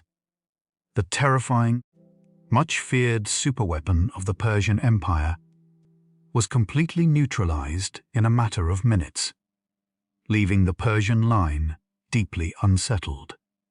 Meanwhile, the intense cavalry fighting on the right flank had caused the massive Persian center line to stretch, shift, and pull to support it. This was exactly what Alexander had been waiting for. A small, almost imperceptible gap opened in the heavily armored wall of Persian infantry, directly in front of Darius's royal position. Alexander saw it instantly. He immediately gathered the companion cavalry, forming them into a massive, tightly packed, flying wedge of muscle and bronze. With a deafening, blood-curdling battle cry that pierced through the roar of the massive battlefield, Alexander plunged the spearhead of his elite cavalry directly into that tiny gap. The absolute violence of the impact was indescribable. The Macedonian wedge drove deep into the heart of the Persian royal guard, like a heavy bronze axe splitting dry timber. Alexander, covered in thick dust and the bright blood of his enemies, fought with a terrifying manic energy, his eyes locked entirely on the towering golden figure of Darius. The sheer, concentrated ferocity of the Macedonian assault completely shattered the Persian center, creating a massive wave of panic that rippled outward. And once again, as if trapped in a recurring nightmare, history repeated itself. Darius, watching the seemingly unstoppable young king carving a bloody, brutal path straight toward his royal chariot, broke. The great king of Persia, the absolute lord of millions, lost his nerve for the second, fatal time. He turned his magnificent chariot away from the swirling melee and fled the battlefield, kicking up a huge, cowardly cloud of dust as he raced desperately toward the eastern mountains, abandoning his men to die. As word of the great king's flight spread wildly through the massive Persian army, their morale completely evaporated in an instant. The vast, terrifying force began to disintegrate into a chaotic, panicking mob, throwing down their weapons to run. Alexander was desperate to chase Darius down, to capture him, and end the grueling war right there in the swirling dust. But just as he turned Bucephalus to pursue the fleeing king, a desperate, blood-soaked messenger arrived at full gallop from the left flank. Parmenion's wing of the army had been completely overwhelmed by a massive, crushing assault from the heavy Persian and Indian cavalry. They were surrounded and on the absolute brink of total annihilation. It was perhaps the heaviest, most painful choice of his entire life. To chase the great king meant winning the ultimate glory and capturing the empire in an afternoon, but it meant sacrificing half his loyal army and his oldest, most trusted friend. He cursed loudly into the dusty air, pulled hard on the heavy leather reins of Bucephalus, and agonizingly abandoned the pursuit of Darius. He wheeled his elite cavalry around and charged violently back into the thickest, deadliest part of the fighting to relieve Parmenion, engaging in the bloodiest, most desperate close-quarters combat of the entire day to save his men. By the time the sun finally began to set, painting the thick, suffocating dust clouds in bruised shades of dark crimson and deep purple, the Persian army had been completely broken and scattered to the winds. The Battle of Gaugamela was officially over. The ancient, mighty Persian Empire, which had dominated the known world for over 2 centuries, had effectively ceased to exist as a unified military power. As Alexander rode slowly across the horrific, silent carnage of the battlefield, his men utterly exhausted, but weeping with victory, he looked toward the warm southern horizon. Lying incredibly wealthy and completely undefended in the distance was the glittering, ultimate jewel of the ancient world.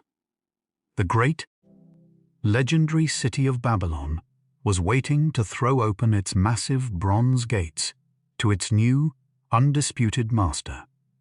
The march toward Babylon was not a military campaign. It was a grand, triumphant procession.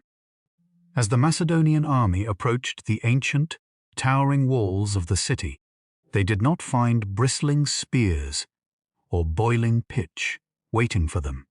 Instead, the massive, magnificent, blue-glazed brick of the Ishtar Gate swung open, revealing streets completely carpeted with sweet-smelling flowers and burning frankincense. The Persian governor of the city, Mieza, formally surrendered without shedding a single drop of blood, presenting the young king with the keys to a city that had been ancient before Macedon was even born. Try to picture the absolute awe on the faces of the rough, mountain-born Macedonian soldiers as they marched down the wide, incredibly straight, processional avenues. They stared up at the staggering, terraced heights of the hanging gardens and the massive, step-like structure of the great ziggurat reaching toward the heavens. Babylon was a city of unimaginable luxury, a dizzying maze of lush palm groves, intricate canals, and bustling markets filled with silk, spices, and precious gems. I always find it fascinating how a city can completely absorb its conquerors. Alexander allowed his exhausted men to rest in Babylon for over a month, and the harsh edges of their military discipline began to soften in the warm, seductive comfort of the East. Alexander himself began to adopt small elements of Persian royal dress, a subtle but profound shift that would later sow deep, bitter seeds of resentment among his oldest friends. But the vast wealth of the empire was not concentrated solely in Babylon. In late November, the army marched eastward to the ancient Elamite city of Susa, the winter administrative capital of the Persian kings. Here, Alexander captured the legendary royal treasury, the sheer, staggering volume of gold and silver bullion stored within the high stone vaults of Susa was so completely beyond human comprehension that it fundamentally destabilized the economy of the ancient Mediterranean when it was finally coined and spent. It was in the great palace of Susa that Alexander finally sat upon the towering, solid gold throne of the Persian kings. Because he was physically much shorter than the towering Darius, his feet could not reach the golden footstool. So, a quick-thinking page brought a small, jewel-encrusted table for the new lord of Asia to rest his dusty leather boots upon. Yet, the spiritual heart of the Persian Empire still lay further east, hidden deep within the treacherous, snow-capped peaks of the Zagros Mountains. The ceremonial capital, Persepolis, was a city of mythic grandeur, a place built specifically to showcase the absolute divine power of the Achaemenid dynasty. To reach it, Alexander had to march his army through a narrow, freezing, highly defensible mountain pass known as the Persian Gates. It was deep winter now. The harsh, biting winds howled violently through the jagged stone peaks, burying the narrow trails in thick, blinding snowdrifts. Waiting for them in the high, icy crags of the pass was a brilliant and fiercely loyal Persian commander named Ariobarzanes. He had heavily fortified the narrowest point of the canyon with massive stone walls and thousands of fresh troops. When the Macedonians attempted to force their way through the freezing gorge, Ariobarzanes unleashed a terrifying, cascading avalanche of massive boulders and a blinding storm of arrows from the high cliffs above. The Macedonians were completely trapped in the icy, narrow kill zone, suffering horrific, bloody casualties.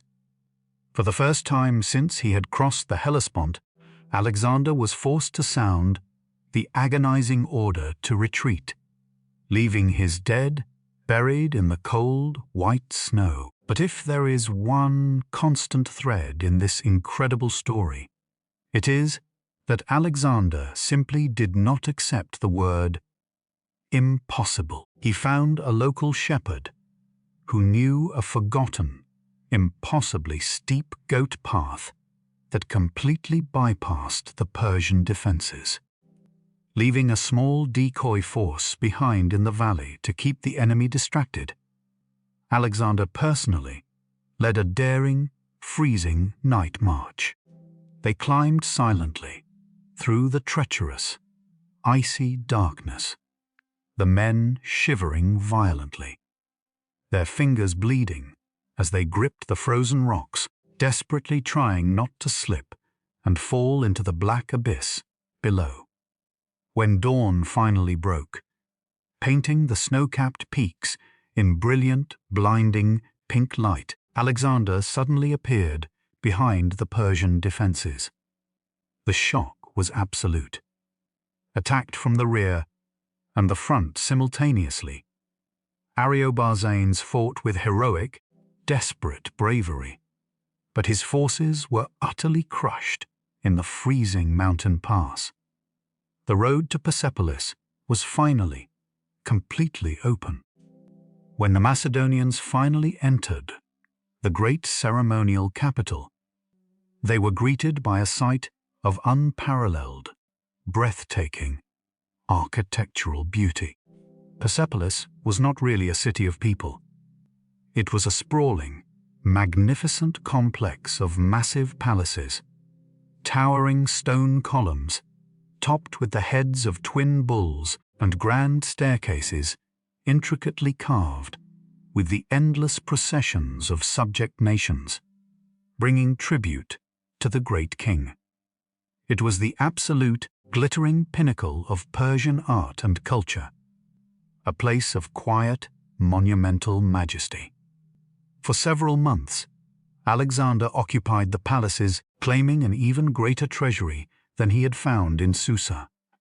But then, a dark, deeply controversial chapter of this epic unfolded. It was late spring, the year 330 BC. Alexander hosted a massive, wild, deeply intoxicated feast for his companions. The wine flowed like a river, dissolving the bounds of discipline and reason. During the heavy, chaotic celebrations, an Athenian courtesan named Tyre stood up.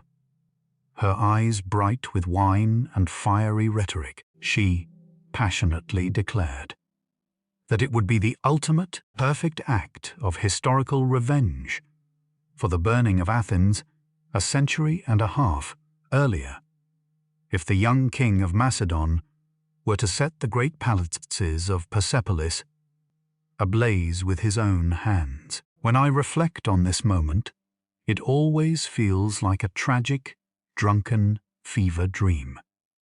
Alexander, caught up in the wild, chaotic energy of the feast, leaped from his golden couch. Accompanied by the loud, rhythmic playing of flutes and the manic cheering of his companions, he grabbed a burning cedar torch from a stone sconce. The king who had built the beautiful city of Alexandria now led a drunken, destructive procession through the magnificent, ancient halls of Persepolis. He cast the first blazing torch into the heavy, dry cedar beams of the great audience hall. The dry wood caught instantly. The flames roared into the night sky, turning the beautiful, intricate stone carvings into cracked, black ash, destroying centuries of history in a single, careless night of drunken vengeance. The morning after the inferno, the air above Persepolis was thick with the bitter, choking smell of cold ash and profound regret. When the brilliant sun rose over the mountains, illuminating the cracked, blackened stone columns, the wild intoxication of the previous night evaporated, leaving behind a heavy, solemn silence.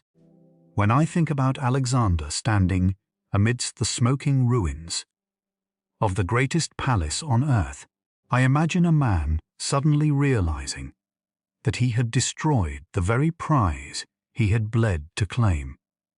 The burning of Persepolis was the definitive, violent end of the old world, but the great king himself, Darius, was still out there, fleeing ever deeper into the vast, unforgiving expanse of northern Iran. Alexander could not allow Darius to raise another army in the remote eastern provinces. He left the smoldering ruins behind and initiated what is perhaps the most grueling, unimaginably fast military pursuit in ancient history. The Macedonians marched at a pace that shattered the boundaries of human endurance.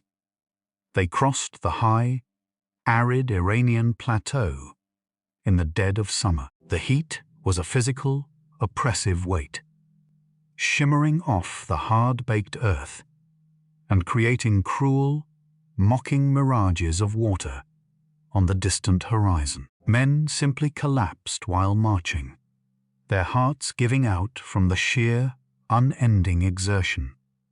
Alexander refused to ride in a shaded cart.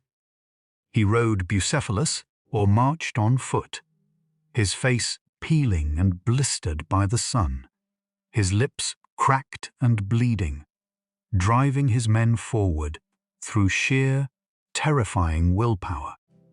They reached the ancient city of Ecbatana, only to find that Darius had abandoned it just days earlier, taking the royal treasury and fleeing toward the treacherous, mountainous region of Bactria. Alexander selected only his absolute fastest, most resilient cavalrymen and infantry, leaving the slower main army behind. They rode through the night, pushing their horses until the animals literally foamed at the mouth and collapsed dead in the dust. The pursuit became frantic, almost manic. But deep within the fleeing Persian camp, a dark, desperate betrayal was unfolding. The remaining Persian nobles, led by a powerful and ambitious satrap named Bessus, had completely lost faith in their great king.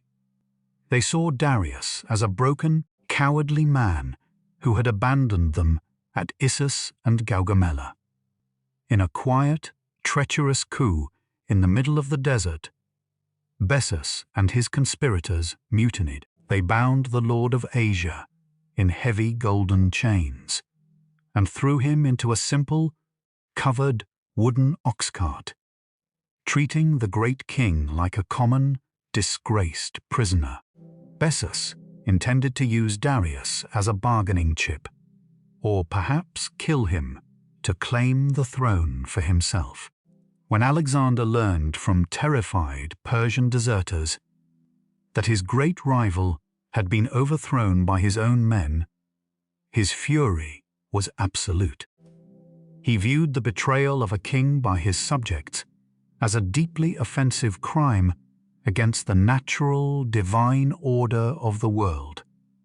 Even if that king was his enemy, he pushed his men even harder, embarking on a final, desperate 70-mile dash through a waterless desert. The Macedonians were entirely out of water, when a few of his scouts managed to find a tiny muddy puddle and brought a single bronze helmet filled with dirty water back to Alexander. The king looked at his parched, suffering men, watching him with sunken eyes. He took the helmet, thanked the scouts, and calmly poured the precious water out into the dry sand, declaring that he would not drink if his men could not. It was an act of profound solidarity that pushed them to find the last hidden reserves of their strength. Finally, as the sun began to set on the dusty horizon, they caught sight of the rear guard of the fleeing Persian caravan. Bessus realizing that the terrifying Macedonian cavalry was closing in, and that the heavy ox cart carrying Darius was slowing them down, made a brutal, panicked decision.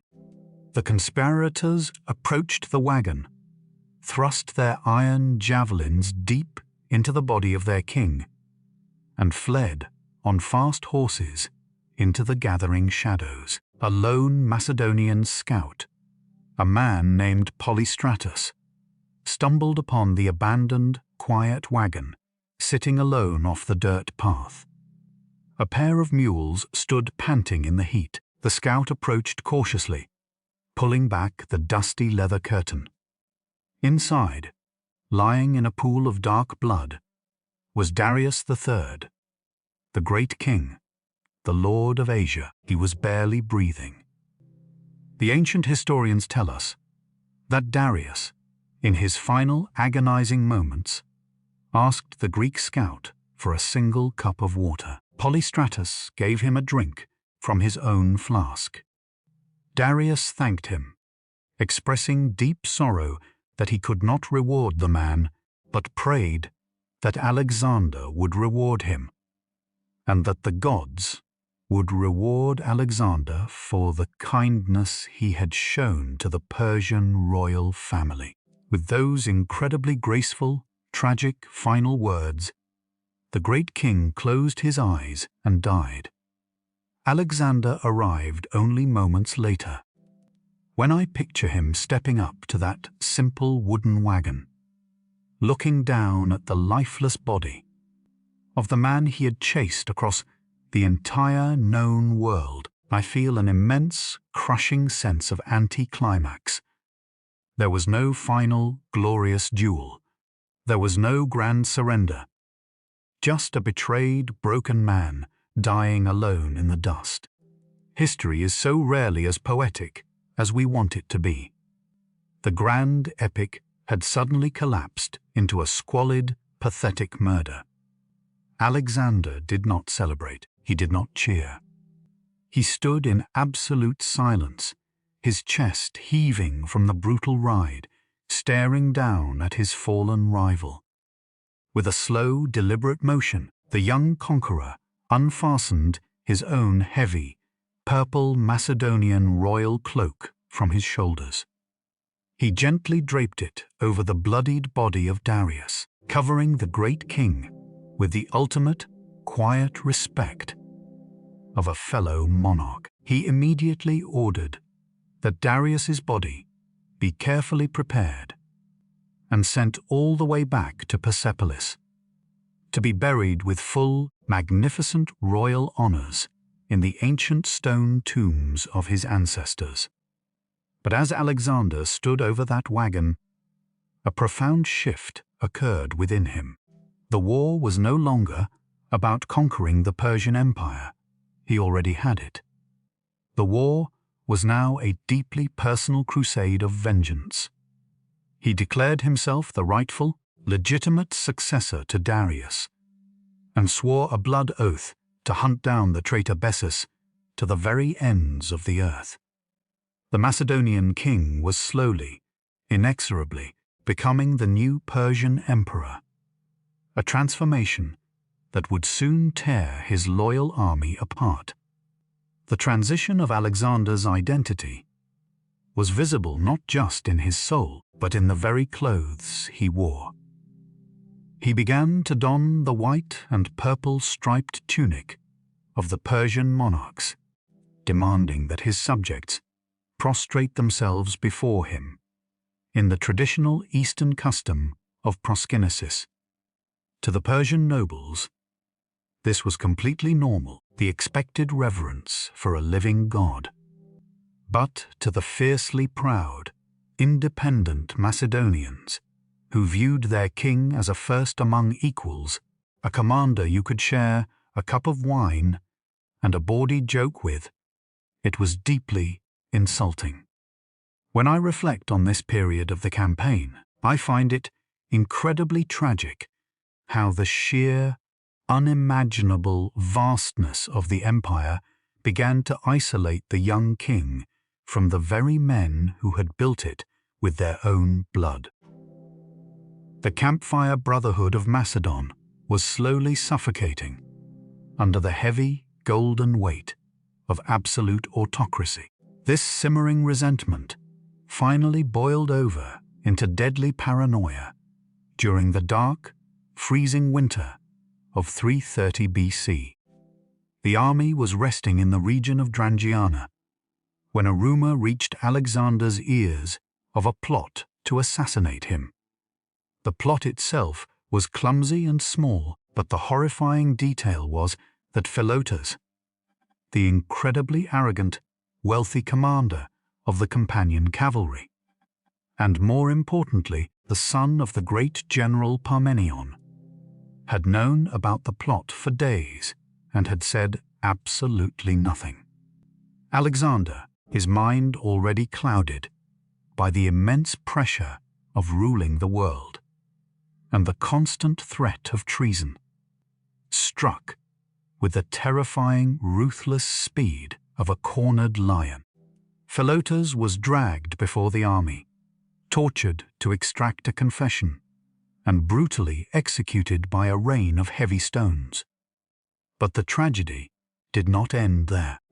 Philotas's father, the venerable, heavily scarred Parmenion, the man who had fought alongside King Philip, the man who had anchored the Macedonian line at Gaugamela, was stationed miles away in the city of Ecbatana, guarding the royal treasury. Alexander knew with a cold, political certainty that he could not kill the son and let the powerful, deeply beloved father live. He dispatched his fastest assassins on racing camels across the harsh desert. They found the old general walking peacefully in his lush, enclosed royal garden, reading a letter he believed was from his son. As Parmenion smiled down at the parchment, the assassins drew their hidden daggers and struck the old man down among the beautiful, blooming flowers.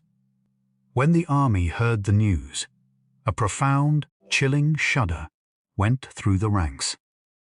Alexander had secured his throne, but he had irrevocably broken the sacred, ancient trust of his own people. Driven by a restless, manic energy to escape the heavy ghosts of his own making, Alexander pushed the army further into the unforgiving, completely unknown frontier of Central Asia. They were hunting the traitor Bessus, who had fled deep into the towering, jagged peaks of the Hindu Kush mountains, a range the ancient Greeks believed was the very edge of the earth. The crossing of the Hindu Kush in the dead of winter was a nightmare that dwarfed even the horrors of the Zagros mountains. The trails were completely buried in deep, blinding snow. The air was so incredibly thin and freezing that men hallucinated and collapsed, their lungs burning for oxygen. They ran entirely out of food. The soldiers were forced to slaughter their own transport mules and eat the meat completely raw because there was absolutely no dry wood in the frozen wasteland to build a fire. Imagine the sheer, desperate horror of that march. Thousands of men, their faces black with frostbite, wrapped in filthy, freezing animal skins, blindly following a king who seemed completely immune to the basic limitations of human suffering. When they finally descended into the plains of Bactria, they looked more like an army of walking, emaciated corpses than the conquerors of the world.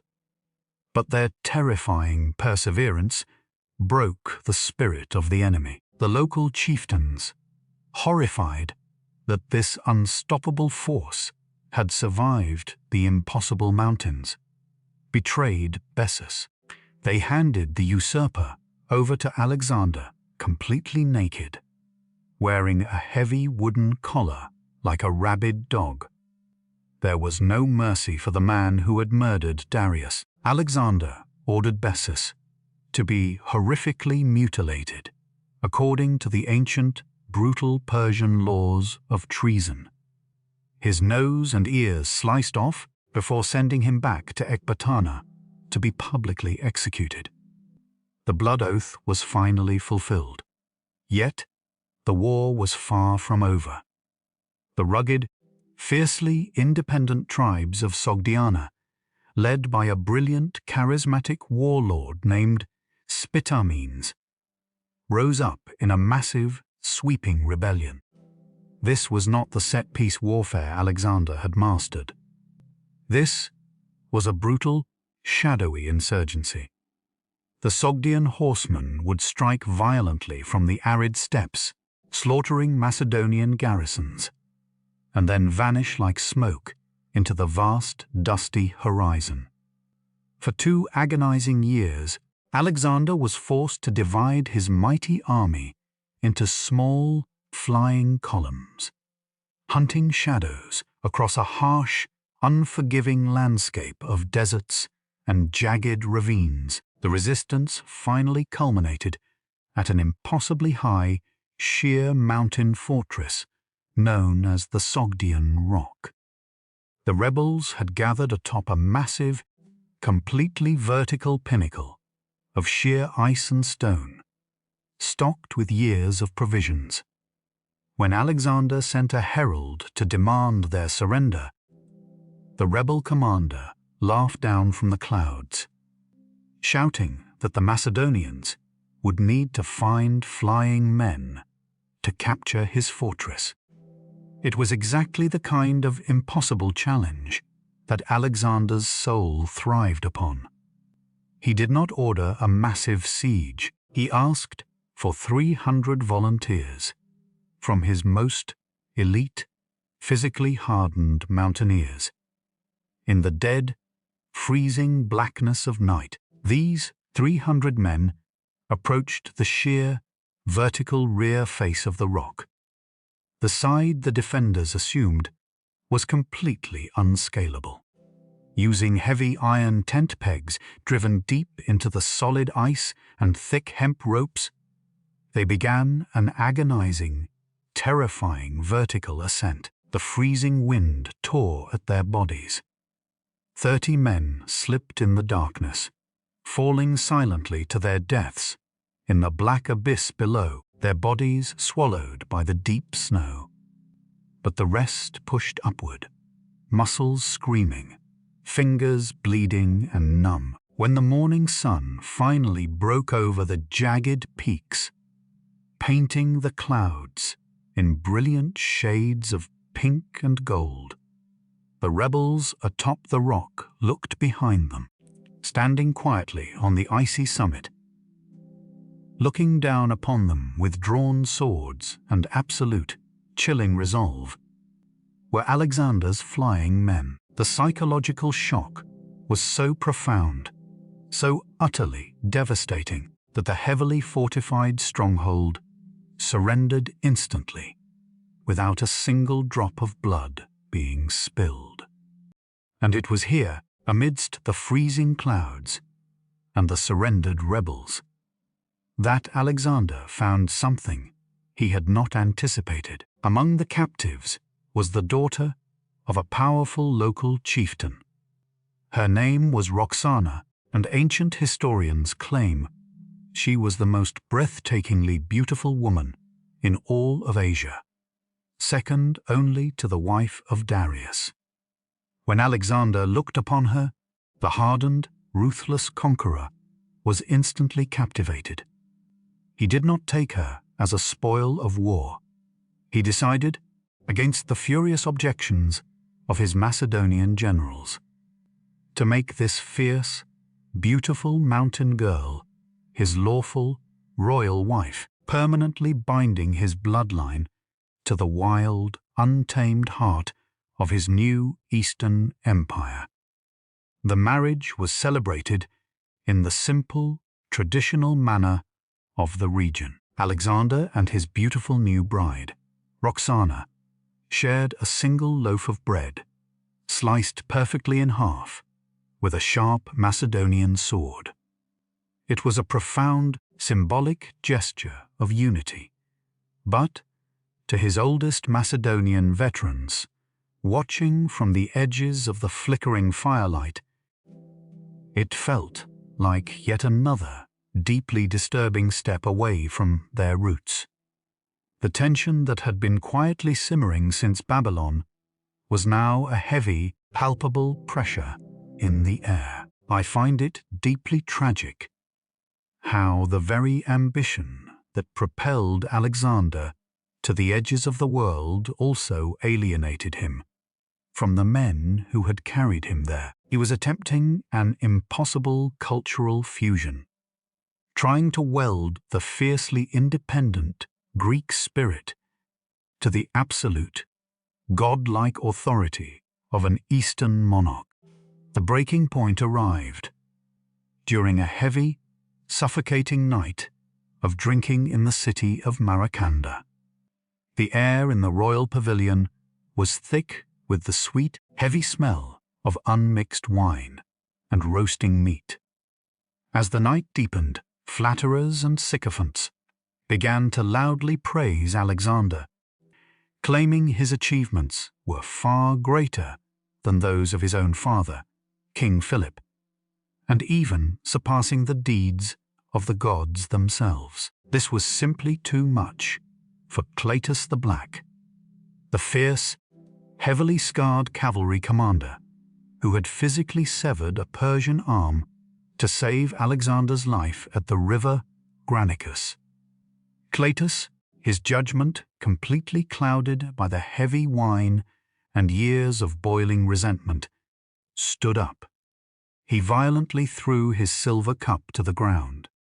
He bellowed at the king, roaring that Alexander was nothing without the blood of the Macedonians, and mocked him for wearing the soft, purple robes of the very Persians they had defeated. The royal tent plunged into an icy, absolute silence.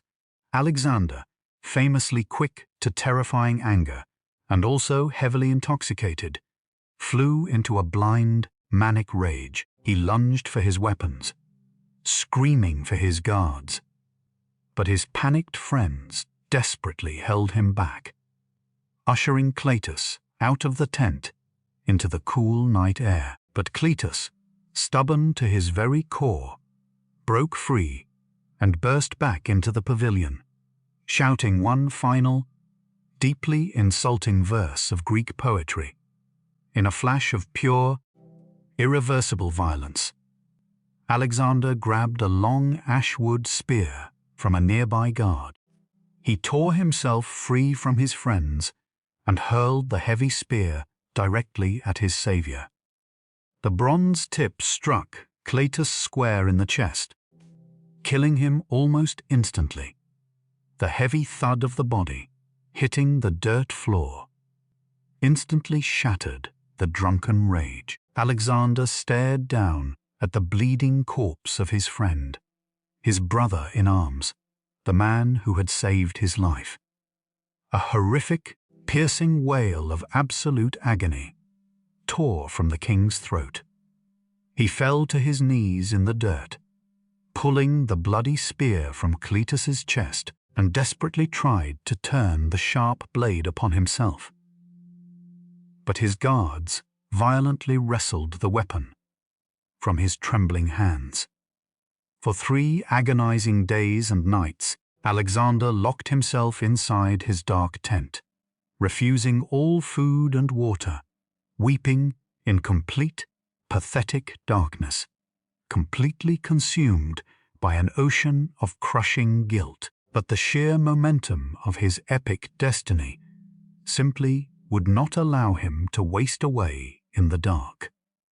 His officers finally convinced him that a king is above the law, a dangerous comfort that pulled him from his grief, but permanently scarred his soul. With his rear secured and his conscience heavily burdened, Alexander turned his eyes toward the final, ultimate frontier. He looked toward the legendary, incredibly mysterious lands of India.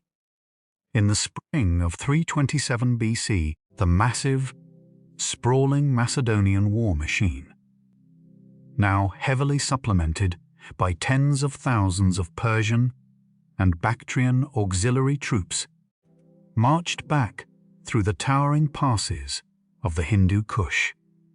As they descended into the lush, incredibly humid river valleys of the Indus, the landscape transformed into something completely alien to the men of the Mediterranean. The air was incredibly thick and heavy, buzzing with the loud, constant drone of exotic insects. Massive, sprawling banyan trees created dense, shadowy canopies, and the ground was choked with thick, vibrant green jungle foliage. The local kings were deeply divided by this terrifying, unstoppable new force entering their world. The powerful ruler of Taxila, a wise king named Omphis, chose diplomacy. He rode out to meet Alexander, not with drawn swords, but with massive, astonishing gifts of solid silver, herds of fat cattle, and the most incredibly exotic, terrifying beasts the Macedonians had ever seen. Massive, deeply wrinkled war elephants. In a beautiful display of mutual respect, Alexander returned all the gifts and added a staggering fortune of his own, forging a powerful alliance that provided his weary army with a safe, luxurious haven in the sprawling city of Taxila. But not all the lords of India were willing to bow. Further east, across the fast-flowing waters of the Hydaspes River, waited a massive, incredibly powerful warrior king named Porus. Porus was a giant of a man, reportedly standing over 7 feet tall, an absolute colossus who ruled his kingdom with fierce pride and an iron fist. He refused Alexander's envoys, proudly declaring that he would indeed meet the Macedonian king, but he would meet him fully armed, standing on the boundaries of his own kingdom. As the heavy, suffocating heat of early summer settled over the Indian subcontinent, Alexander marched his army to the western bank of the Hydaspes.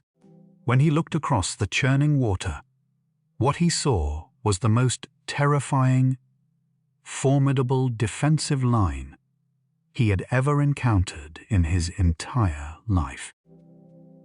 King Porus had arranged his massive army perfectly along the eastern bank, but it was not the thousands of heavily armed infantry or the swift Indian cavalry that chilled the blood of the Macedonian veterans. It was the living, breathing, massive wall of grey flesh. 200 massive Indian war elephants were perfectly spaced along the enemy line, standing like terrifying organic siege towers. Their long, thick tusks were equipped with heavy iron swords, and their massive heads and sides were draped in intricate, thick armor. From the wooden howdahs strapped to their massive backs, archers and javelin throwers looked down upon the river. The sheer, overwhelming smell of the beasts, combined with their terrifying, deep, rumbling trumpeting, sent the Macedonian cavalry horses into an absolute frenzy of blind panic. No horse would willingly charge into a wall of such massive, terrifying monsters. To make matters infinitely worse, the monsoon rains suddenly arrived. The sky tore open, unleashing a relentless, deafening deluge of heavy, warm water.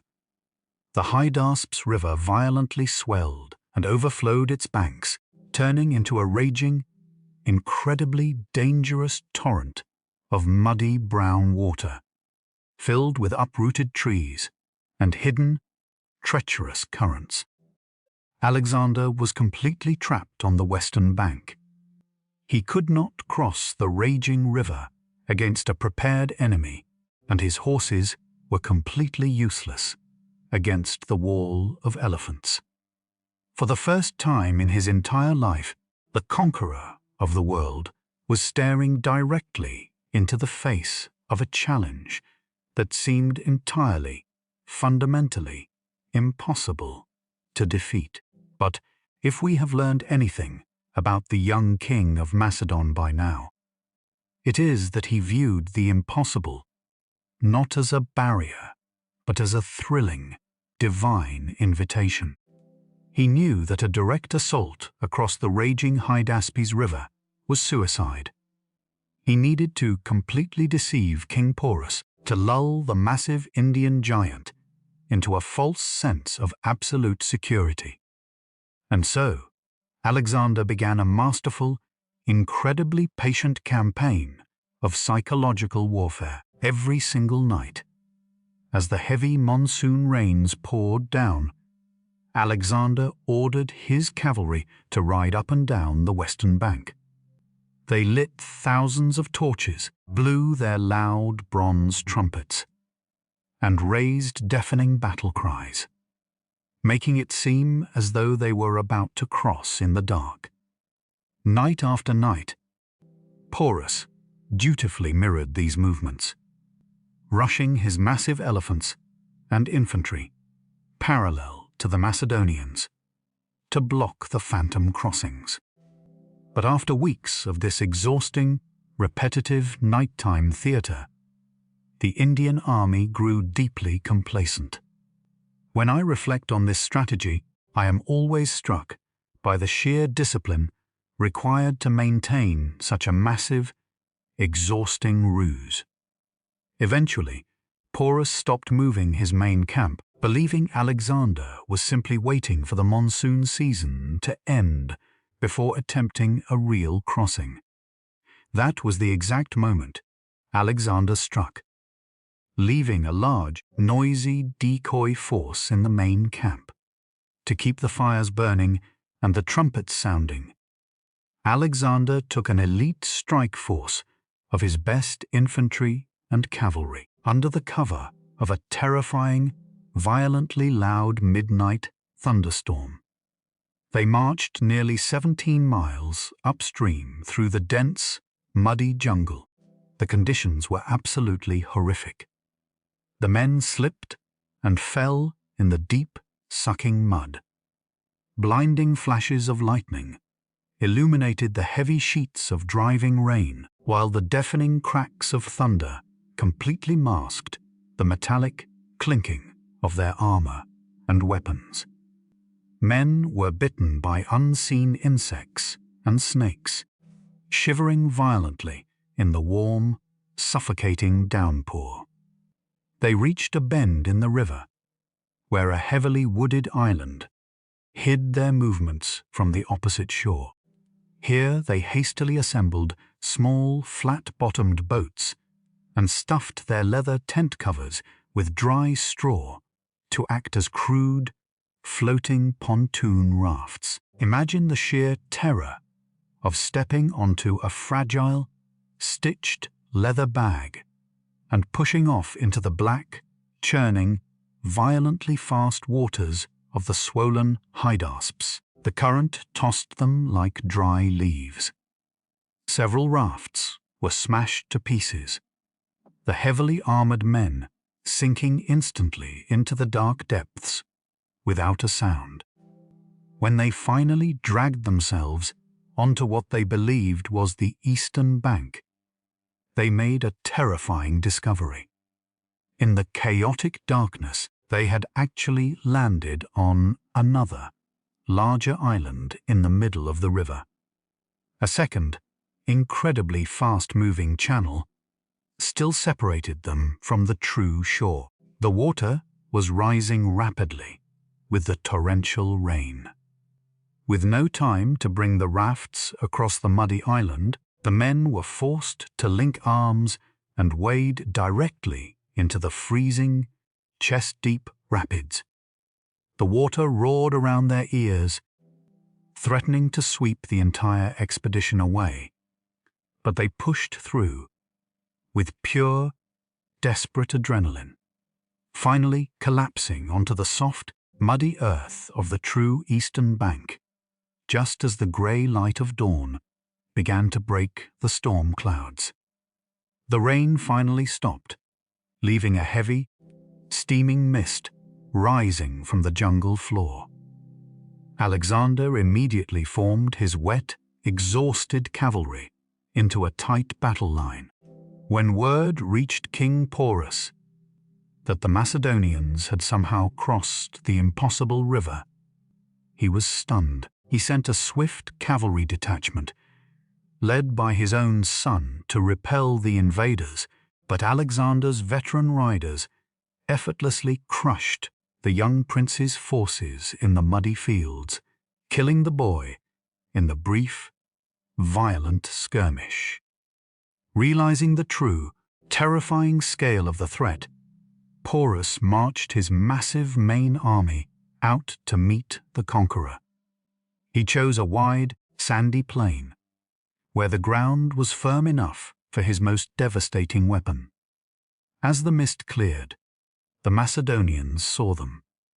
200 towering war elephants spaced evenly across the battle line, looking like a massive, organic fortress wall made of grey, wrinkled stone.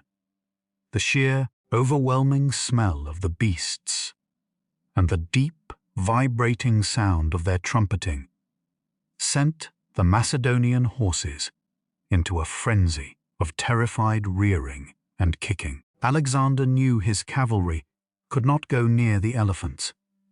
Instead, he sent his elite, lightly armored skirmishers, the Agrianian javelin men, and Thracian archers sprinting across the muddy plain directly toward the massive beasts.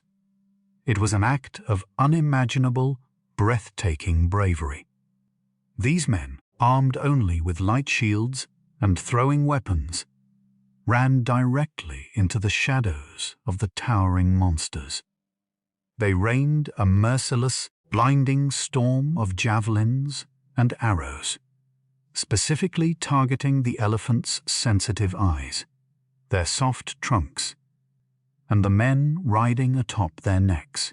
The battlefield devolved into an apocalyptic nightmare of blood, mud, and screaming. Animals, the elephants, driven mad by the blinding pain of the javelins, began to completely panic. They thrashed their massive, armored heads, throwing their own riders to the ground and violently stomping them into the bloody mud. Unable to move forward through the biting swarm of light infantry, the terrified, berserk beasts turned around and crashed directly back into the densely packed Indian infantry lines behind them. It was a slaughterhouse of epic proportions. The magnificent animals became a devastating liability, crushing friend and foe alike in their blind, agonizing panic. Through the absolute chaos of the collapsing line, King Porus fought like a god of war.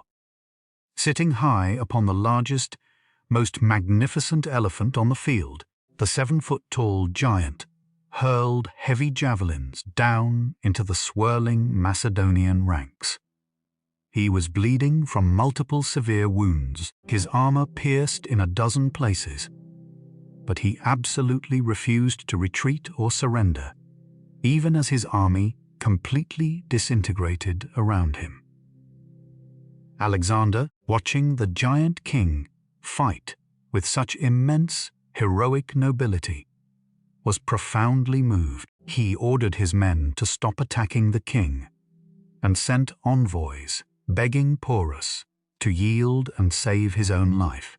Finally, suffering from massive blood loss and pure exhaustion, Porus ordered his majestic elephant to kneel in the bloody mud.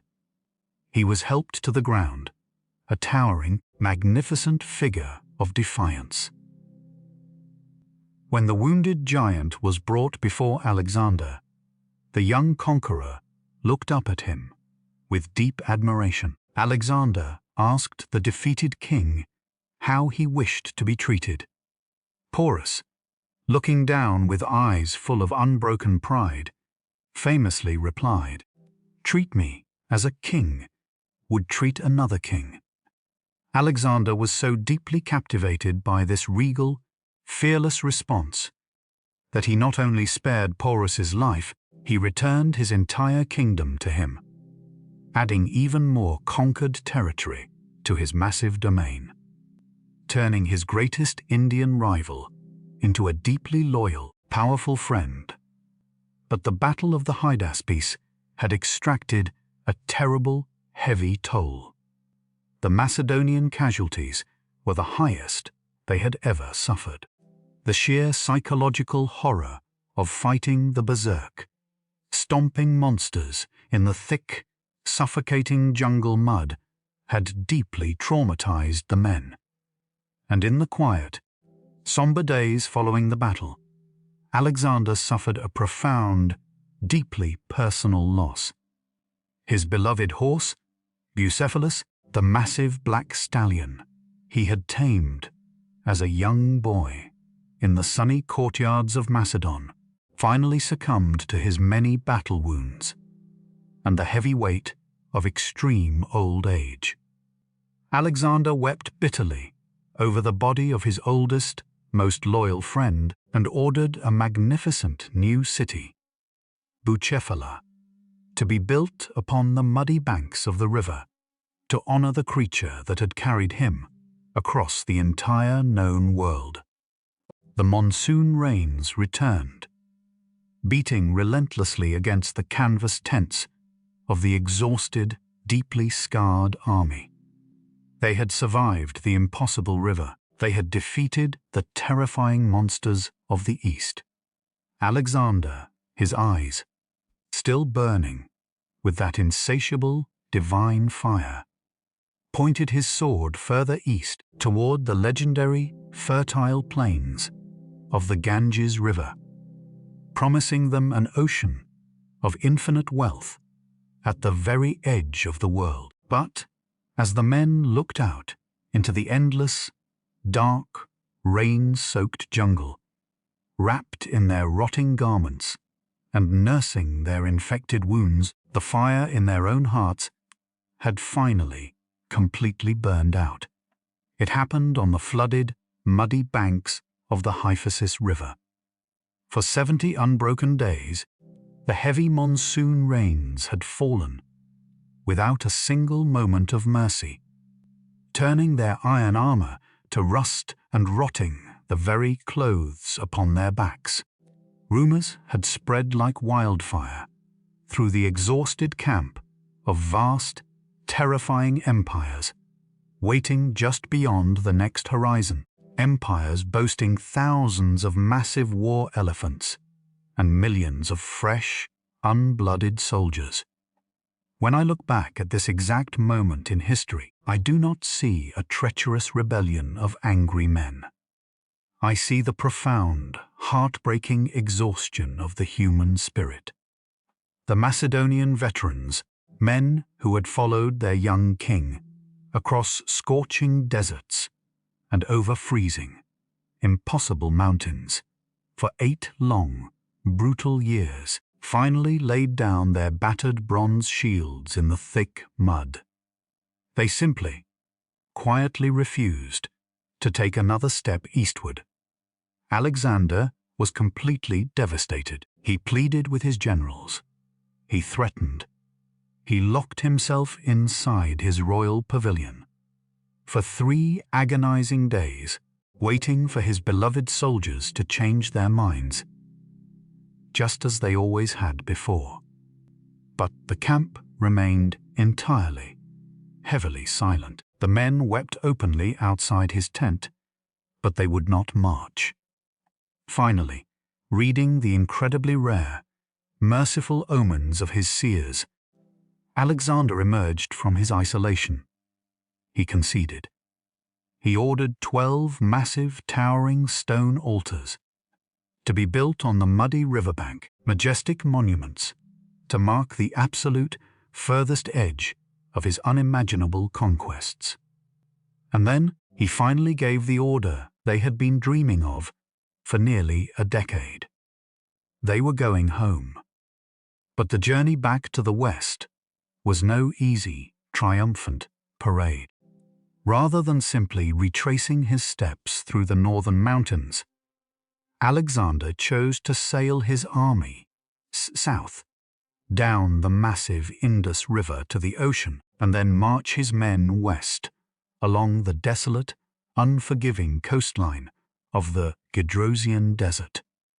It was a prideful decision that would cost him dearly. The march through the Gedrosian wasteland was an apocalyptic nightmare that rivaled the worst horrors of the entire campaign. The blinding, scorching heat baked the moisture from their bodies. Water was so incredibly scarce that discipline broke completely. Desperate men killed each other for a single muddy puddle. Alexander, sharing completely in their unimaginable suffering, famously poured away a helmet of precious water offered to him so he could suffer alongside them. But thousands of his loyal veterans, women, and camp followers perished in the shifting, burning sands, leaving a tragic, endless trail of bleached bones under the merciless sun. When the ragged, emaciated survivors finally stumbled back into the lush, wealthy heart of the Persian Empire, a profound, heavy shadow seemed to follow the young king. In the ancient, bustling city of Ecbatana, tragedy struck the very core of his inner circle. His closest companion, his childhood friend, and the absolute other half of his soul, Hephaestion, suddenly fell ill with a violent fever and died. Alexander's grief was not merely deep. It was a terrifying, destructive force of nature. He threw himself upon the lifeless body of his friend, weeping until he had no voice left. He ordered the manes and tails of all the horses in the empire to be shorn in dark mourning, and he spent a staggering, unimaginable fortune to build a massive, blazing funeral pyre in Babylon that reached toward the heavens. Without Hephaestion, a vital, stabilizing light within Alexander's own heart was permanently extinguished. He returned to the magnificent, sprawling city of Babylon in the spring of the year 323 BC. The ancient metropolis, with its towering ziggurats and lush, hanging gardens, was intended to be the glittering, permanent center of his new, unified world empire. He sat upon the golden throne, receiving terrified ambassadors from Carthage, Rome, and the distant edges of Europe, all deeply fearful that the conqueror's restless gaze would soon fall upon them. He began frantically planning massive new expeditions, a staggering naval invasion of Arabia, and the construction of colossal new stone temples. His brilliant mind was constantly, restlessly moving, unable to accept the quiet, stationary peace of ruling. But the gods, it seems, had finally decided that the epic poem was complete. Following a long, heavy night of feasting and heavy drinking in the warm Babylonian spring, Alexander was suddenly struck by a piercing, agonizing pain in his back, followed immediately by a violent, unyielding fever. For days, his incredibly strong, resilient body fought the unseen enemy. He continued to issue military orders from his bed, refusing to believe that a simple fever could defeat the man who had conquered the known world. But as the relentless, agonizing days dragged on, his voice faded to a faint, struggling whisper, and he could no longer move his limbs. When the seasoned, heavily scarred Macedonian veterans realized their invincible king was truly dying, a profound, collective heartbreak swept through the city. In a scene of unimaginable, quiet sorrow, the royal guards opened the heavy wooden doors of the royal bedchamber. Thousands of hardened, weeping soldiers filed slowly, silently past his bed. Alexander could not speak, but as each of his beloved men passed by, he weakly, agonizingly raised his head and shifted his feverish eyes, acknowledging the profound brotherhood of the campfire. One final, tragic time. On the 13th of June, just a month shy of his 33rd birthday, the end finally came. His closest generals leaned in closely over the bed, straining to hear the faint, fading breath of the conqueror. They asked him desperately, to whom did he leave his vast, unimaginable empire? Alexander's eyes, once burning with the fierce, divine fire of endless ambition, were now dim and peaceful. With his very last breath, he whispered a single, terrifyingly ambiguous phrase, "To the strongest." And with those final, heavily whispered words, the young king slipped quietly into the shadows of eternity. He left behind a world completely, irrevocably transformed. He had taken the isolated, mountainous culture of Greece and, forcefully, brilliantly married it to the ancient, profound wisdom of the East. The cities he built would shine as brilliant lighthouses of knowledge for thousands of years. The legends of his bravery would be told by kings and commoners, from the rainy shores of Britain to the deepest, darkest jungles of India, as we slowly drift away from the warm, golden walls of Babylon, leaving the sleeping king to the quiet, gentle embrace of history. We can finally let the heavy dust of the ancient world settle. The marching has stopped. The heavy bronze shields have been laid down in the soft earth. The endless, restless ambition that drove a young boy to the very edges of the earth has finally found its quiet, eternal peace. And now it is time for you to find yours as well. Rest your mind, release the heavy burdens of your own day, and let the quiet, beautiful silence of the night carry you into a deep, restful slumber. Good night.